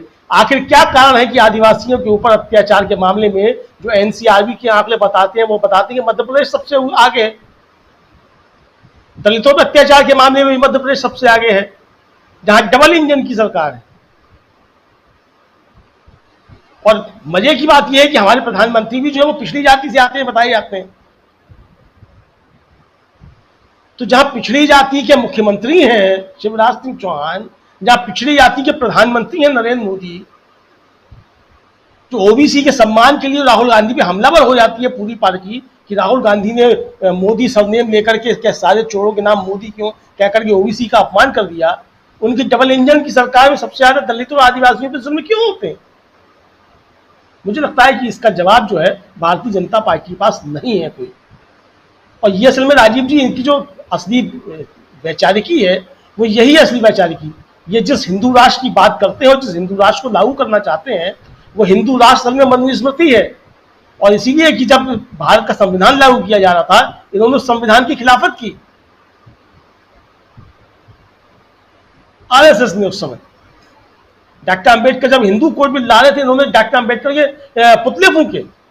तो ये इनकी असली वैचारिकी है और ये यही जो सुप्रीमेसी है उसको लागू करना चाहते हैं। अगर आप डॉक्टर गोलवलकर को पढ़ लीजिए तो बताते हैं किस तरीके से नस्लें सुधारी जानी है। तो ये इनका असली चाल चरित्र चेहरा है और असली चाल चरित्र चेहरे पे ये सब सारी चीजें हो रही है। जाहिर सी बात है कि जब पीठ पे जो है पुलिस का हाथ है बड़े अधिकारी का, तो साफ दिख रहा है। और एक बार नहीं, दो बार दिख रहा है और दिखाई दे रहा है कि अब तो हम लोगों ने विजुअल भी चला दिया कि वो जो पहुंचा है, जेसीबी पहुंची है, बुलडोजर पहुंचा है, तो वो तो जो सफाई कर रहा है उनके आंगन की। तो ये जो सब चीजें हो रही है, तो इस तरीके से ये साफ जाहिर करता है कि इस घटना को या इस कृत्य को भारतीय जनता पार्टी का पुरजोर समर्थन हासिल है और यही उनकी असली वैचारिकी है। प्रवेश शुक्ला ने जो किया है, वो जो कुछ भी किया है, वो भारतीय जनता पार्टी की जो असली नीति है उसी के अनुसार उसने कुछ काम किया, कोई अलग से कुछ नया काम नहीं कर दिया। यही इनके असली काम है और ये कोई एक आध घटना नहीं है। इसलिए ये तमाम घटनाएं जो आपको मिल जाएंगी उनमें अधिकांश लोग जो है वो भारतीय जनता पार्टी से जुड़े हुए लोग इस तरह की घटनाओं में शामिल पाए जाते हैं। तो ये तो राजीव जी, अब जहां तक कानून व्यवस्था का सवाल है, आप सोशल मीडिया पे सब सवाल किए जाने लगे कि वो उसके पिता कह रहे हैं प्रवेश शुक्ला कि यहाँ बुलडोजर क्यों भेजा गया है, इस मकान बनाने में उसका तो कोई हाथ नहीं है, मकान तो हमने बनाया है और इसका उससे कोई लेना देना नहीं है। तो अब भले ही जो है वो ये कहा जा रहा हो और बुलडोजर करने कुछ और गया हो, लेकिन अगर ये सवाल भी है तो ये सवाल दूसरों के लिए भी हो सकता है जब दूसरे घर गिराए जाते हैं बुलडोजर। तो कुल मिला के राजीव जी, ये बुलडोजर जो है ये सिर्फ एक प्रतीक है कि सरकार जो है वो काम कर रही है और सरकार ने कुछ काम किया है, वरना ये तो सेवा में ही लगे हुए हैं। तो असली सेवा जो है ये किसकी कर रही है ये देखा जा सकता है। मुझे लगता है राजीव जी कि ये मसला जो है ये समझने की जो जरूरत है वो उन लोगों के लिए समझने की आवश्यकता है जिनके खिलाफ जो चीजें होती हैं। भारतीय जनता पार्टी अभी तक बड़ी शातिराना ढंग से उन दलितों और आदिवासियों के वोट हासिल करती रही है जिनके खिलाफ उसकी पूरी वैचारिकी है, जिनके खिलाफ वो पूरी तरीके से खड़ी रहती है और उसका एक एक कदम जो है इनको तबाह और बर्बाद करने का होता है। आज जिस तरीके से आरक्षण को समाप्त किया जा रहा है, जिस तरीके से प्राइवेटाइजेशन किया जा रहा है, ठेके में भर्तियां हो रही हैं, वो सारी चीजें किस लिए हैं? वो सारी चीजें इसीलिए हैं कि किसी भी तरीके से दलितों और आदिवासियों के बच्चे जो हैं वो नौकरियों में ना आने पाए, और जो 70 सालों में पिछला जो एक इस आरक्षण की वजह से थोड़ा उनका अपलिफ्टमेंट हुआ, जो थोड़ा सा उनका उत्थान हुआ, वो किस तरीके से पीछे पहुंच जाए। और जो मधु मिश्रा चाहती हैं कि उनको जो है वो 40 साल का आगे का भारत दिख रहा है और फिर से वो गुलाम ना हो जाए, हुजूर ना कहने लगे, तो उसी की तरफ ये ले जाना चाहते हैं। असली इनका चाल चरित्र राजीव जी यही चाल चरित्र और चेहरा, और ये बात बहुत दूर तक जाती है जब भी हम ये तीनों शब्द का इस्तेमाल करते हैं। और आना चाहता हूँ प्रोफेसर अखिल स्वामी जी आपके पास, और थोड़ा सा मध्य प्रदेश से निकल करके चाचा भतीजा के पास पहुँचते हैं। जल्दी जल्दी अब इस कार्यक्रम को समेटते हैं। 15 मिनट का ऐसे ऑफिशियली टाइम है हमारे पास 8:30 बजे रोज़ मैं चाहता हूँ ख़त्म करना, लेकिन रोज़ 15 मिनट ज़्यादा हो जाता है, तो ज़रा जल्दी जल्दी करते हैं। और चाचा भतीजा, स्वामी जी, चाचा भतीजा की जो लड़ाई है, और आज चाचा यानी कि शरद पवार साहब कह रहे थे, और सीधा हमला जब कर रहे थे अपने भतीजे पे, तो ये भी कह रहे थे कि नरेंद्र मोदी ने क्या कुछ कहा है, और वो भी अभी पिछले दिनों उनकी पार्टी को लेकर के भी, और बहुत सारे उदाहरण दे रहे थे। उदाहरण ये भी दे रहे थे कि जिन जिन जगहों पे, अब देखिए आज की तारीख में बता रहे थे वो कि आज की तारीख में अकाली दल और बीजेपी अलग अलग हैं। आज की तारीख में तेलंगाना और आंध्र प्रदेश में सरकार में बीजेपी, खासकर आंध्र प्रदेश में, वहाँ नहीं है। जिन जिन जगहों पे इनका गठबंधन था वो गठबंधन लगभग टूट चुका है। बिहार में गठबंधन टूट चुका है बीजेपी का, जिनके साथ भी गठबंधन था उसकी बात कर रहे थे वो। यानी कि कहीं ना कहीं वो ये बताने की कोशिश कर रहे थे कि वो ये ऐसा दल है, और मोदी जी ऐसे उसके प्रधानमंत्री हैं जो छोटे दलों को, क्षेत्रीय दलों को ख़त्म करने की राह पर चल रहे हैं। कितना इत्तेफाक रखते हैं आप इनकी पवार साहब की इस बात पे? और यहाँ से क्या आपको लगता है कि जो कुछ महाराष्ट्र में हो रहा है उसका असर देश की राजनीति पे पड़ेगा? जब 17-18 तारीख को ये लोग बैठेंगे एक साथ, जो अभी तक ऑफिशियली कहा गया है बेंगलुरु में, विपक्षी दल, तो वहाँ भी इसका असर दिखाई देता है क्या? क्या कुछ आप देखते हैं? महाराष्ट्र में भूचाल है, सियासी तूफान है बिल्कुल उसमें। राजीव जी, मैं ये देख रहा था कि महाराष्ट्र में मैंने अजीत पवार कैंप के और शरद पवार कैंप के सब लोगों को सुना। मैंने बहुत सारे नेताओं का कद नापने का प्रयास किया। एक नेता का कद आज बहुत बड़ा हुआ पाया, वो था अनिल देशमुख। वो अनिल देशमुख जिसको 1.5-2 साल जेल में रखा फर्जी मुकदमों में, जब उससे पूछा गया और सुप्रिया सुले ने कहा कि आशा नहीं थी कि अनिल देशमुख हमारे साथ आएंगे, तो अनिल देशमुख ने कहा कि मैं जेल में रहा, फिर जेल जाने को तैयार हूं, लेकिन सिद्धांतों से समझौता नहीं करूंगा। अनिल देशमुख का कद बढ़ गया। अजीत दादा पवार और एकनाथ शिंदे का वही हश्र होगा जो कि ग्वालियर संभाग के श्रीमंत सिंधिया जी का हुआ है, जो जाखड़ जी का हुआ है, जो अमरिंदर सिंह का हुआ है, जो आरपीएन सिंह का हुआ है। इनका नाम लेवा नहीं बचेगा, ये दिखाई नहीं पड़ेंगे। देखिए, भारत में, भारतवर्ष में, हमारी परंपराओं में 3 ऋण से उऋण होना मृत्यु से पहले आवश्यक है: गुरु ऋण, पितृ ऋण और मातृ ऋण। ये अजीत दादा पवार ने और सिंधिया जी ने और एकनाथ शिंदे ने अपने गुरु का भी अपमान किया है, अपने पिता तुल्य उसका भी अपमान किया है, जिन्होंने इसको जीना सिखाया है। और ये लोग, मैं अगर मानता हूं, अगर सनातन धर्मी हूं और मैं सनातन धर्म का कट्टर समर्थक हूं, मैं मानता हूं इनको नरक पे भी स्थान नहीं मिलेगा, क्योंकि इन्होंने अपने पोषण करने वाले के साथ धोखा किया है। धोखा किया है। आपको क्या लगता है मीनू जी, कैसे देखा जाए महाराष्ट्र की राजनीति को? देखिए, महाराष्ट्र की राजनीति जो वर्तमान में है, इसके बारे में मैंने आपको पहले भी बता दिया था। मैं कुछ और सोचती हूँ जो हुआ है आजकल महाराष्ट्र में, लेकिन जो सामने दिखाई दे रहा है, जो फेस वैल्यू पे अगर ले इस घटनाक्रम को, तो इसमें जो उद्धव ठाकरे के साथ जो पब्लिक सिंपैथी आई है, सेम वे वो ही स्थिति एनसीपी के शरद पवार के साथ होगी। देखिए, ये जो हमारा समाज आज भी, आप ये देखेंगे कि घरों में जो झगड़े होते हैं पुत्र और पिता के बीच में, तो पिता चाहे कितनी भी गलती पे हो, उन्होंने कितना भी पक्षपात किया हो, कितना भी अन्याय बेटे के साथ किया हो, लेकिन अल्टीमेटली उसके बावजूद भी सिंपैथी सारे समाज की घर के बुजुर्ग के साथ रहती है। और इस बुजुर्ग ने तो अजित पवार को यहां तक पहुंचाने में सिंगल हैंडेडली अपने चाचा की वजह से पहुंचे हैं वहां पे, अदरवाइज कौन जानता था अजित पवार को। तो अजित पवार और छगन भुजबल जिस तरह की भाषा बोल रहे थे, तो मुझे ऐसा लगता है कि ये जो बीजेपी की जो हवा है, आबो हवा ही ऐसी है कि जिसमें इस तरह की अभद्र और अश्लील किस्म की भाषा इस्तेमाल करने का इंसान को ऑटोमेटिकली सीख जाता है वहां पे। आप देखिए गुलाम नबी आजाद भी तो इसी तरह की भाषा बोल के गए थे।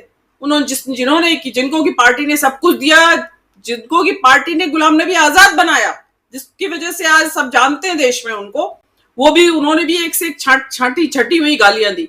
और जिस तरह की पर्सनल बातें अजित पवार कर रहे थे, देखिए ठीक है, उनकी एम्बिशन है, पॉलिटिक्स पे है, होती है एम्बिशन, सबकी होती है और होनी भी चाहिए, नहीं तो आगे कैसे बढ़ेंगे। लेकिन उस एम्बिशंस का मुजाहिरा करने के लिए उन्होंने अपने चाचा के लिए जिस तरह के शब्दों का इस्तेमाल किया, वो इस समाज में, जो भारत का जो समाज है, आज भी सामाजिक ताना बाना वही है, चाहे हम अंग्रेजी बोलने लगे हो या वेस्टर्न ड्रेसेस पहनने लगे हो। लेकिन जब वैल्यूज की बात आती है समाज के भीतर में, अंदर परिवारों में, तो बुजुर्ग का सम्मान ही हमेशा प्रायोरिटी होता है, लोग उसी तरफ झुक जाते हैं। और उसमें कि जब शरद पवार स्टॉलवर्ट नेता है, आप उनके लिए कुछ और शब्दों का इस्तेमाल कर लेते हैं। उम्र का उनके वो दे रहे हैं वो कि भाई उम्र की वजह से, हाँ, कि उम्र की वजह से उनको छोड़ देना चाहिए, कि भाई 60 साल अगर राज्य सरकारों में रिटायरमेंट की एज है, तो आप भी तो 64 साल के हो गए हो, आप भी रिटायर हो जाइए। और रिटायरमेंट की बात वो साफ मोदी जी को खुश करने के लिए कह रहे हैं। ये मोदी जी वो है जो श्रीधरन को कर्नाटक में उतार दिया था, 80 साल 86 साल कितना था, उन मेट्रो मैन जो श्रीधरन थे उनको उतार दिया था। उन्होंने सिद्धरमैया को उतारा है, 80 साल के सिद्धरमैया को कर्नाटक के इलेक्शन में। तो मोदी जी की तो सुविधा की राजनीति है, जब उनको सुविधा लगती है तब। और मोदी जी खुद 73 साल के हो जाएंगे इलेक्शन के टाइम 2024 में, 73 क्यों 74 साल के हो जाएंगे सितंबर में। तो क्या मोदी जी 1 साल बाद गद्दी छोड़ देंगे अगर जीत गए तो? अगर मोदी जी फर्ज करिए 2024 में जीत जाते हैं और 2025 में 75 साल की उम्र पूरी कर लेते हैं, तो क्या मिडवे छोड़ेंगे मोदी जी? क्योंकि रूल है हार्ड एंड फास्ट बीजेपी का। तो ये जो है सिलेक्टिव है, रूल भी सिलेक्टिव लोगों के ऊपर, सिलेक्टिव परिस्थितियों में लागू होता है, हमेशा नहीं लागू होता। लेकिन मेरा ये मानना है कि देखिए इसमें एक पहलू और भी आता है। समाज हमारा ऐसा ही है, कितनी भी महिला समानता की बातें हो रही हो, लेकिन शरद पवार जो अपनी पुत्री के साथ है अकेले, वो एक बड़ी करुणा की तस्वीर पैदा करता है भारतीय समाज में कि भाई अकेला ये तो बेटी के साथ रह गया। ये आम प्रतिक्रिया है लोगों की, आम प्रतिक्रिया है, उसको हेल्पलेस बता रहे हैं लोग, जबकि हेल्पलेस है नहीं। ना शरद पवार हेल्पलेस है, ना सुप्रिया सुले हेल्पलेस है। लेकिन समाज की जो संरचना है और जो सोच है, उसमें शरद पवार असहाय हैं इस वक्त उनकी नजर में, समाज की नजर में। जो वह कहा जा रहा है कि बेटी के साथ अकेला रह गया, और ऊपर से भतीजा जो है वो एक से एक चुनी हुई। उनको समझना चाहिए कि सामाजिक नेता है आप, पॉलिटिक्स समझिए, लेकिन सामाजिक सोच को भी समझिए, उसके बाद बोलिए। छगन भुजबल कुछ भी बोले चलेगा, प्रफुल्ल पटेल बोले कुछ भी चलेगा। अजित पवार को बहुत सोच समझ के अपने शब्दों का इस्तेमाल करना चाहिए। इस तरह की भाषा बोलेंगे तो मुख्यमंत्री की कुर्सी तो बहुत दूर का सपना है उनके लिए। जी राजीव जी। एकनाथ शिंदे और अजीत पवार दोनों एक ही राह पे हैं, प्रशांत टंडन जी। और जैसा मीनू जी कह रही हैं कि जनता जो है वो उधर उद्धव ठाकरे के साथ दिखाई दे रही है और इधर शरद पवार के साथ दिखाई दे रही है। फिर भी ये दोनों बगावत करके क्यों गए? और इनके बारे में, अजीत पवार के बारे में बोल रही हैं मीनू जी, बिल्कुल सही कह रही हैं। लेकिन कि शरद पवार के लिए कुछ बोलने से पहले अजीत पवार को सोचना चाहिए था। लेकिन जिसकी ज़मीर अगर ख़त्म हो जाए, जो बड़े छोटे का लिहाज न रखे, प्रधानमंत्री नरेंद्र मोदी ने तो बता दिया, अपना एग्जाम्पल दे दिया है, जैसे 75 साल का भी होऊंगा तब भी मैं प्रधानमंत्री पद पे अगर जीत के आ गया तो रहूँगा, इसलिए रहूँगा कि मैं श्रीधरन को या येदियुरप्पा को, इन लोगों को मैं बना चुका था, तो वो मेरे ऊपर भी लागू हो सकता है। तो ये तमाम चीज़ें अपने लिए इन्होंने तय कर रखी हैं। 2024 के बाद तस्वीर, अगर 2024 में बीजेपी रिपीट होती है तो तस्वीर ऐसे भी दूसरी होगी। तो उसकी चर्चा तो 2024 में हम करेंगे, उससे पहले बहुत कुछ होने जा रहा है, ये उस पर हम चर्चा आज कर रहे हैं। आपसे समझें प्रशांत टंडन जी कि ये दोनों जानते हैं कि साल भर बाद इनकी हालत बहुत खराब होगी, फिर भी आज साल भर के लिए सत्ता चाहिए, ऐसा माना जाए, शिंदे और अजीत पवार। जी राजीव जी, एक तो ये कि जेल का, पहली बात तो ये कि मीनू जी और आपने जो बहुत बड़ा एक अगर लगाया है, वो अगर बहुत बड़ा है, पहाड़ के बराबर बड़ा अगर है वो। खैर, लेकिन दूसरा है कि देखिए, नेता, हम लोग कभी कभी अपने टीवी चैनलों में मजाक में कहते थे कि संपादक एक जगह दूसरी जगह जाता है तो लिफाफे में अपने चैनल की टीआरपी नहीं ले जा पाता है। तो नेता भी जब एक पार्टी से दूसरी पार्टी जाता है तो अपने आसपास के विधायकों को ला सकता है, पूरी कंस्टिट्यूएंसी, पूरा मतदाता नहीं ले जा सकता वो। ऐसा अगर हुआ होता तो कर्नाटक में कांग्रेस की सरकार वापस नहीं आती। तो नेता के बारे में यह है कि अच्छा, शरद पवार भारत की राजनीति में सबसे चालाक राजनीतिक माने जाते हैं। सबसे ज्यादा मीडिया में पतंगबाजी जो है, जिसको स्पेक्युलेटिव स्टोरी अंग्रेजी में कहा जाए, वो शरद पवार के बयानों में होती है कि कह ये रहे, करेंगे वो, ये गुगली, ये शरद पवार के बारे में ये इनकी इमेज है ऐसी। शरद पवार जैसा चालाक नेता, चालाक शब्द मैं इस्तेमाल कर रहा हूँ क्योंकि बहुत लंबे समय से उनको मैंने देखा है राजनीति में। सोनिया गांधी के विदेशी मूल के मुद्दे को लेकर, जो बीजेपी का मुद्दा था उस वक्त, उस मुद्दे पर पार्टी छोड़ते हैं, लेकिन बीजेपी से हाथ नहीं मिलाते हैं, एक बार भी नहीं। गुगली फेंकते रहते हैं लेकिन हाथ नहीं मिलाते हैं। चुनाव लड़ते हैं कांग्रेस के साथ मिलकर, सरकार ज्वाइन करते हैं यूपीए की। तो शरद पवार को ये अच्छी तरीके से मालूम है कि उनकी कंस्टिट्यूएंसी क्या है, उनका मतदाता क्या है। उनको ये मालूम था कि अगर उस मतदाता के अलग हम गए तो हम नहीं रह पाएंगे।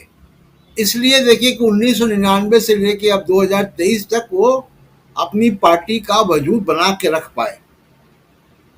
अजीत पवार अगर गए हैं, बीजेपी के साथ गए हैं, सरकार में शामिल हुए हैं, तो आप ये मान के चलिए कि उनकी कंस्टिट्यूएंसी उनके साथ नहीं जा रही है। कंस्टिट्यूएंसी एनसीपी के पास ही रहेगी, थोड़े से लोग जाएंगे। दूसरी बात कि अभी हमको लगेगा, क्योंकि इलेक्शन कमीशन उनका साथ देगा। आज जब भाषण दे रहे हैं तो घड़ी जो उनका चुनाव चिन्ह है उन्होंने पोडियम पे लगाया हुआ था अपने, तो चुनाव आयोग उन्हीं का साथ देगा, स्पीकर भी उन्हीं का साथ देगा। सुप्रीम कोर्ट ऐसे मुकदमों में बैठा रहता है और वो होने देता है चीज़ें, तो वो सुप्रीम कोर्ट भी कुछ नहीं करेगा। और मीडिया अजीत पवार को बहुत बड़ा बड़ा बनाता रहेगा। ये सब होगा, लेकिन 2 शिवसेना 2 एनसीपी का फैसला महाराष्ट्र की जनता करेगी, और जिसकी शुरुआत हम इसी साल सितंबर अक्टूबर में जब एमसीडी के बीएमसी के चुनाव होंगे वहाँ पे, तो हमको दिखाई देना शुरू हो जाएगा। दूसरी बात, एक आखिरी बात कह रहा हूँ, देखिए अजीत पवार बहुत तेज तर्रार आदमी है। गए वो अपने मुकदमों के चक्कर में, बहुत तेज तर्रार आदमी। अभी वहाँ पे पोर्टफोलियो का झगड़ा मचा हुआ है, वो फाइनेंस और होम चाह रहे हैं। मुख्यमंत्री के पास नहीं है फाइनेंस और होम, वो देवेंद्र फडणवीस के पास है। तो अब उनको अगर इन दो में से कोई एक मिलता है, जिस तरीके से काम करते हैं, जिस तरीके की ब्यूरोक्रेसी में पकड़ है अजीत पवार की, जिस तरीके से वो फैसले लेते हैं आगा पीछे बिना कुछ देखे, वो तो देवेंद्र फडणवीस ने तो जितना नहीं किया उससे ज्यादा वो एकनाथ शिंदे को किनारे कर देंगे। एकनाथ शिंदे को वाकई डरना चाहिए उनसे। जितने दिन सरकार में रहेंगे वो एक नाथ शिंदे की नाक में दम करके रहेंगे, क्योंकि वो काम करने में बहुत तेज आदमी है, मतलब फैसले लेने में। तो वो एक नाथ शिंदे कोई भी मंत्रालय उनको देगा, उस मंत्रालय में आप देखिएगा कि वो रातों की नींद हराम कर देंगे इनकी। राजीव जी, रातों की नींद एक नाथ शिंदे की ऐसे ही हराम हो चुकी है जिस दिन से इन्होंने शपथ ली है, भले वो कहें ना कहें, वो साफ दिखाई दे रहा है। और आना चाहता हूँ प्रमोद अग्रवाल जी आपके पास, जल्दी जल्दी आपका भी कमेंट चाहूँगा। जो कुछ महाराष्ट्र में हो रहा है उसका देश की राजनीति पर क्या असर देखते हैं? राजीव जी, 2-3 बातें मैं कहना चाहता हूँ। 3 सरकारें बनी, तीनों में उप मुख्यमंत्री बन गए हैं अजीत पवार, लेकिन उनके जिनके साथ वो मुख्यमंत्री बने हैं उनका क्या हाल हुआ है ये देख लीजिए। सबसे पहले फडणवीस के साथ बने, वो अब उनके बराबर में डिप्टी सीएम है उसी सरकार में। उसके बाद ठाकरे जी के साथ बने, उनका क्या हाल हो गया है सबको दिख रहा है। शिंदे जी का भी वही होना है, क्योंकि ये तो पनौती हैं, जिसके साथ जाएंगे उसको साफ कर देंगे। दूसरी बात, अब सही जगह गए हैं, ये भी वही मूतने वाले लोग हैं जिन्होंने कहा था कि मैं बांध को क्या मूत से भर दूंगा। सही जगह पहुंच गए हैं, शुक्ला जी की पार्टी में है, अच्छी जगह है, वहां पर मूतने वाले लोगों की कद्र है। खाली एक बात तो कहना चाहता हूं, और उनके बारे में उन्होंने अपने भाषण में कहा कि सेवा करने के लिए पद चाहिए। उन्होंने वास्तविकता जाहिर की इस देश की राजनीति, मतलब राजनीति में जितने लोग हैं वो सेवा करने के लिए नहीं है, पद के लिए हैं। अब बिना पद के उनसे सेवा नहीं होती। सेवा करने के लिए पद चाहिए जी। और ये पनौती वाली बात आपने बहुत सही कही, ये मैं भी नहीं सोचा था, ये आपने अभी बताया। तो जिसके साथ गए, जहाँ जहाँ पाँव पड़े संतन के, और आगे आप सब जानते हैं, तो ये बंटाधार वाली बात दिखाई दे रही है। और अच्छा ही हुआ कि शरद पवार से इनका साथ जो है छूट गया, शरद पवार के लिए अच्छा है, ये माना जाएगा। लेकिन इधर शकील अख्तर जी, आप क्या देख रहे हैं? क्या महाराष्ट्र की राजनीति जो है, और उसमें भी शरद पवार की राजनीति, यहाँ से ख़त्म दिखाई देती है? देखिए, अजीत पवार ने खुद अपना भी बंटाढार कर लिया है। आप इस बात को लिख के रख लीजिए कि अगला चुनाव अब अजीत पवार नहीं जीतने वाले हैं। अजीत पवार ने अपना बंटाढार कर लिया है। अजीत पवार ने आज जिस तरह से अपने पिता समान चाचा का सार्वजनिक अपमान किया है, उसे मीनू जी सही कह रही थी, हमारा समाज कभी नहीं भूल सकता। और महाराष्ट्र के लोग बहुत संस्कारी हैं, वो शायद वहाँ रही भी हैं मीनू जी, वो जानती हैं महाराष्ट्र को। हम भी काफ़ी आते जाते रहे हैं। हमारे हिंदुस्तान में जो क्षेत्र हैं उनमें महाराष्ट्र है, अभी भी बड़े संस्कारगत तरीक़े से रहता है, बड़ी पुरानी संस्कृति है वहाँ घर परिवारों में। जिस तरह से उन्होंने उनकी उम्र का व्यंग किया, उनकी उम्र पे चोट की, वो किसी को भी अच्छी नहीं लगी है। बहुत सारी शरद पवार में बुराइयाँ होंगी, लेकिन इस तरह उनका अपमान करना, उस आदमी को करना जिसने उंगली पकड़ के उन्हें राजनीति करना सिखाई है, तो बंटाढार तो आज अजीत पवार ने अपना भी कर लिया। दूसरी बात, अब जो आप कह रहे थे कि राजनीति कहाँ जाएगी, तो भविष्य की राजनीति महाराष्ट्र से शुरू हो गई है।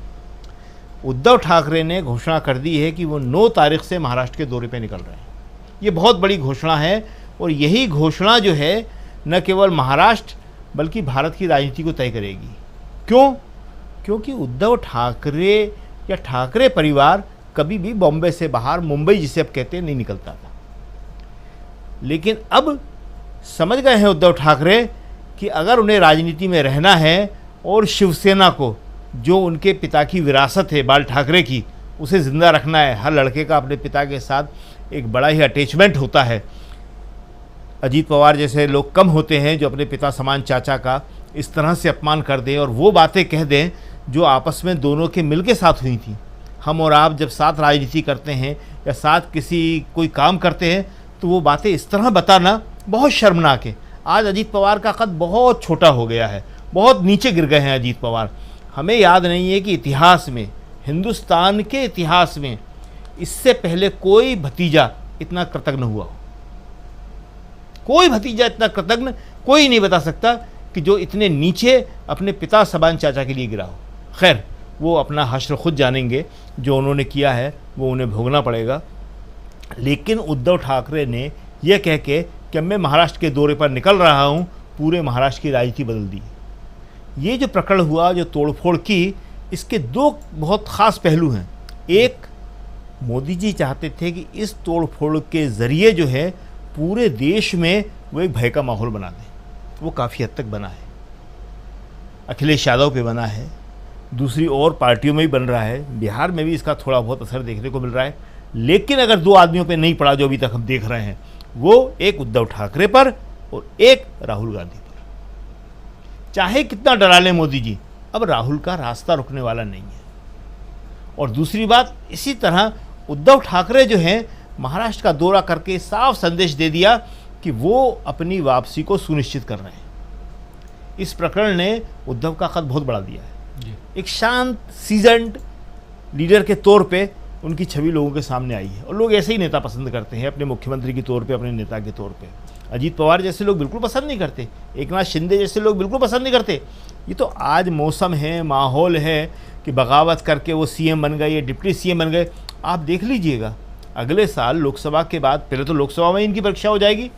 लोकसभा में या तो इन्हें सीटें मिलेंगी नहीं, या सीटें मिलेंगी, देखते हैं कितनी सीटें निकाल के लाते हैं दोनों अपनी अपनी पार्टी के लिए जी। NCP Ajit Pawar and Shiv Sena Eknath Shinde. और उसके बाद विधानसभा है अक्टूबर नवंबर में, देखते हैं लोग कितनी सीटें निकाल के लाते हैं दोनों के दोनों। कोई भी अपनी मूल पार्टी से छिटक के जो भी जाता है और परिवार से छिटक के जाता है, वो कभी भी हिंदुस्तान में सर्वाइव नहीं कर पाया। हिंदुस्तान के लोग उसके मूल परिवार को ही मानते हैं। लोगों ने सोनिया गांधी को ही इंदिरा गांधी का वारिस माना था, मेनका गांधी को कभी नहीं माना जी। आज की तारीख में उद्धव ठाकरे जब महाराष्ट्र के दौरे में निकलेंगे तो आप देखेंगे कि 9 तारीख से किस तरह पूरे महाराष्ट्र में और देश में माहौल बदलना शुरू होगा। और जिस 17 और 18 तारीख की आप जिक्र कर रहे थे बेंगलुरु के सम्मेलन का, वो सम्मेलन इससे बहुत सफल होगा।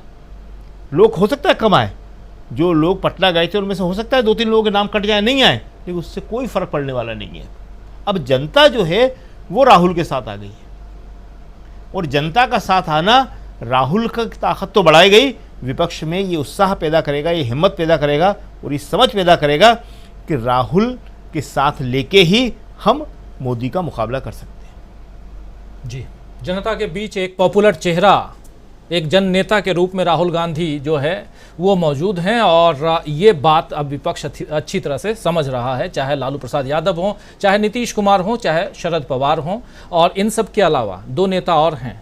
एक हैं वेस्ट बंगाल की, पश्चिम बंगाल की मुख्यमंत्री ममता बनर्जी, और एक पूर्व मुख्यमंत्री उत्तर प्रदेश के अखिलेश यादव।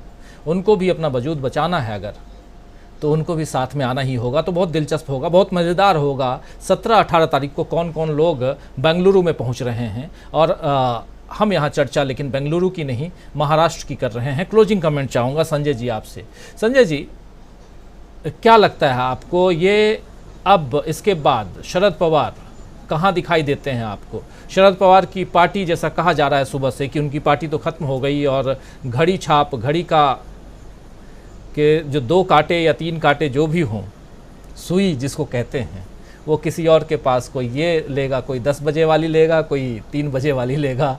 लेकिन बात ये है कि यहाँ पर चाचा कहाँ, भतीजा कहाँ? हम लोगों के यहाँ एक कहावत है, आपने भी सुना ही होगा, चचा चोर भतीजा पाजी, चचा के सिर पर जूता बाजी। तो यहाँ वो बिहार में है, महाराष्ट्र में चचा चोर नहीं है और चचा बहुत चतुर हैं, तो भतीजे पे जूता बजेगा, चचा पे नहीं बजने वाला है। जो होना है सो भतीजे का ही होगा।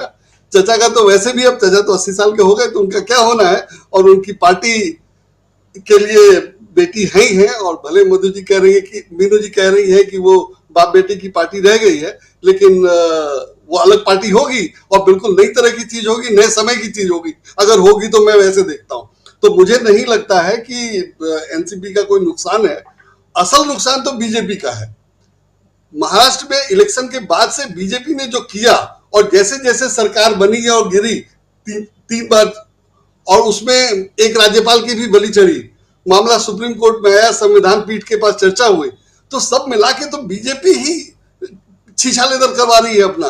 और सुप्रीम कोर्ट का जो फैसला था, और उसके बाद विधानसभा अध्यक्ष को उस पर फैसला करना है अभी, जो नहीं कर रहे, और उसके लिए ये उद्धव ठाकरे ने फिर सुप्रीम कोर्ट में अपील की है। तो वो सारा मामला जो है मिलजुल करके तो बीजेपी की ऐसी तैसी कर देता है, और अगर कुछ फायदा होगा उसका तो उद्धव ठाकरे को और शरद पवार को, बाकी तो माने बीजेपी का नुकसान होना है, फायदा इन दोनों को होना है।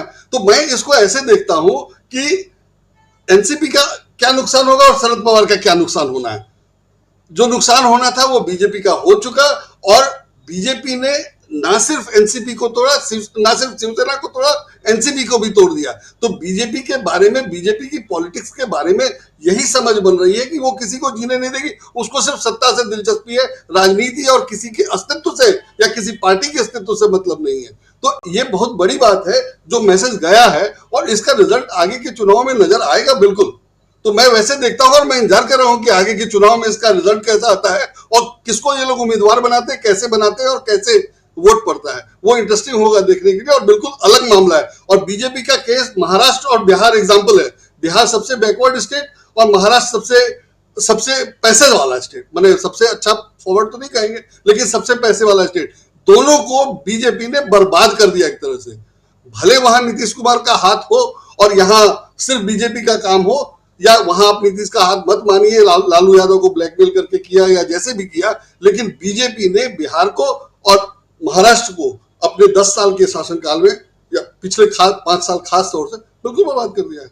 इसमें कोई दो राय नहीं है। तो मुझे लगता है कि बीजेपी ज्यादा एक्सपोज हुई है, बाकी किसी का नुकसान उतना ज्यादा नहीं है, और वो उसका फायदा मिलेगा सबको अगले चुनाव में।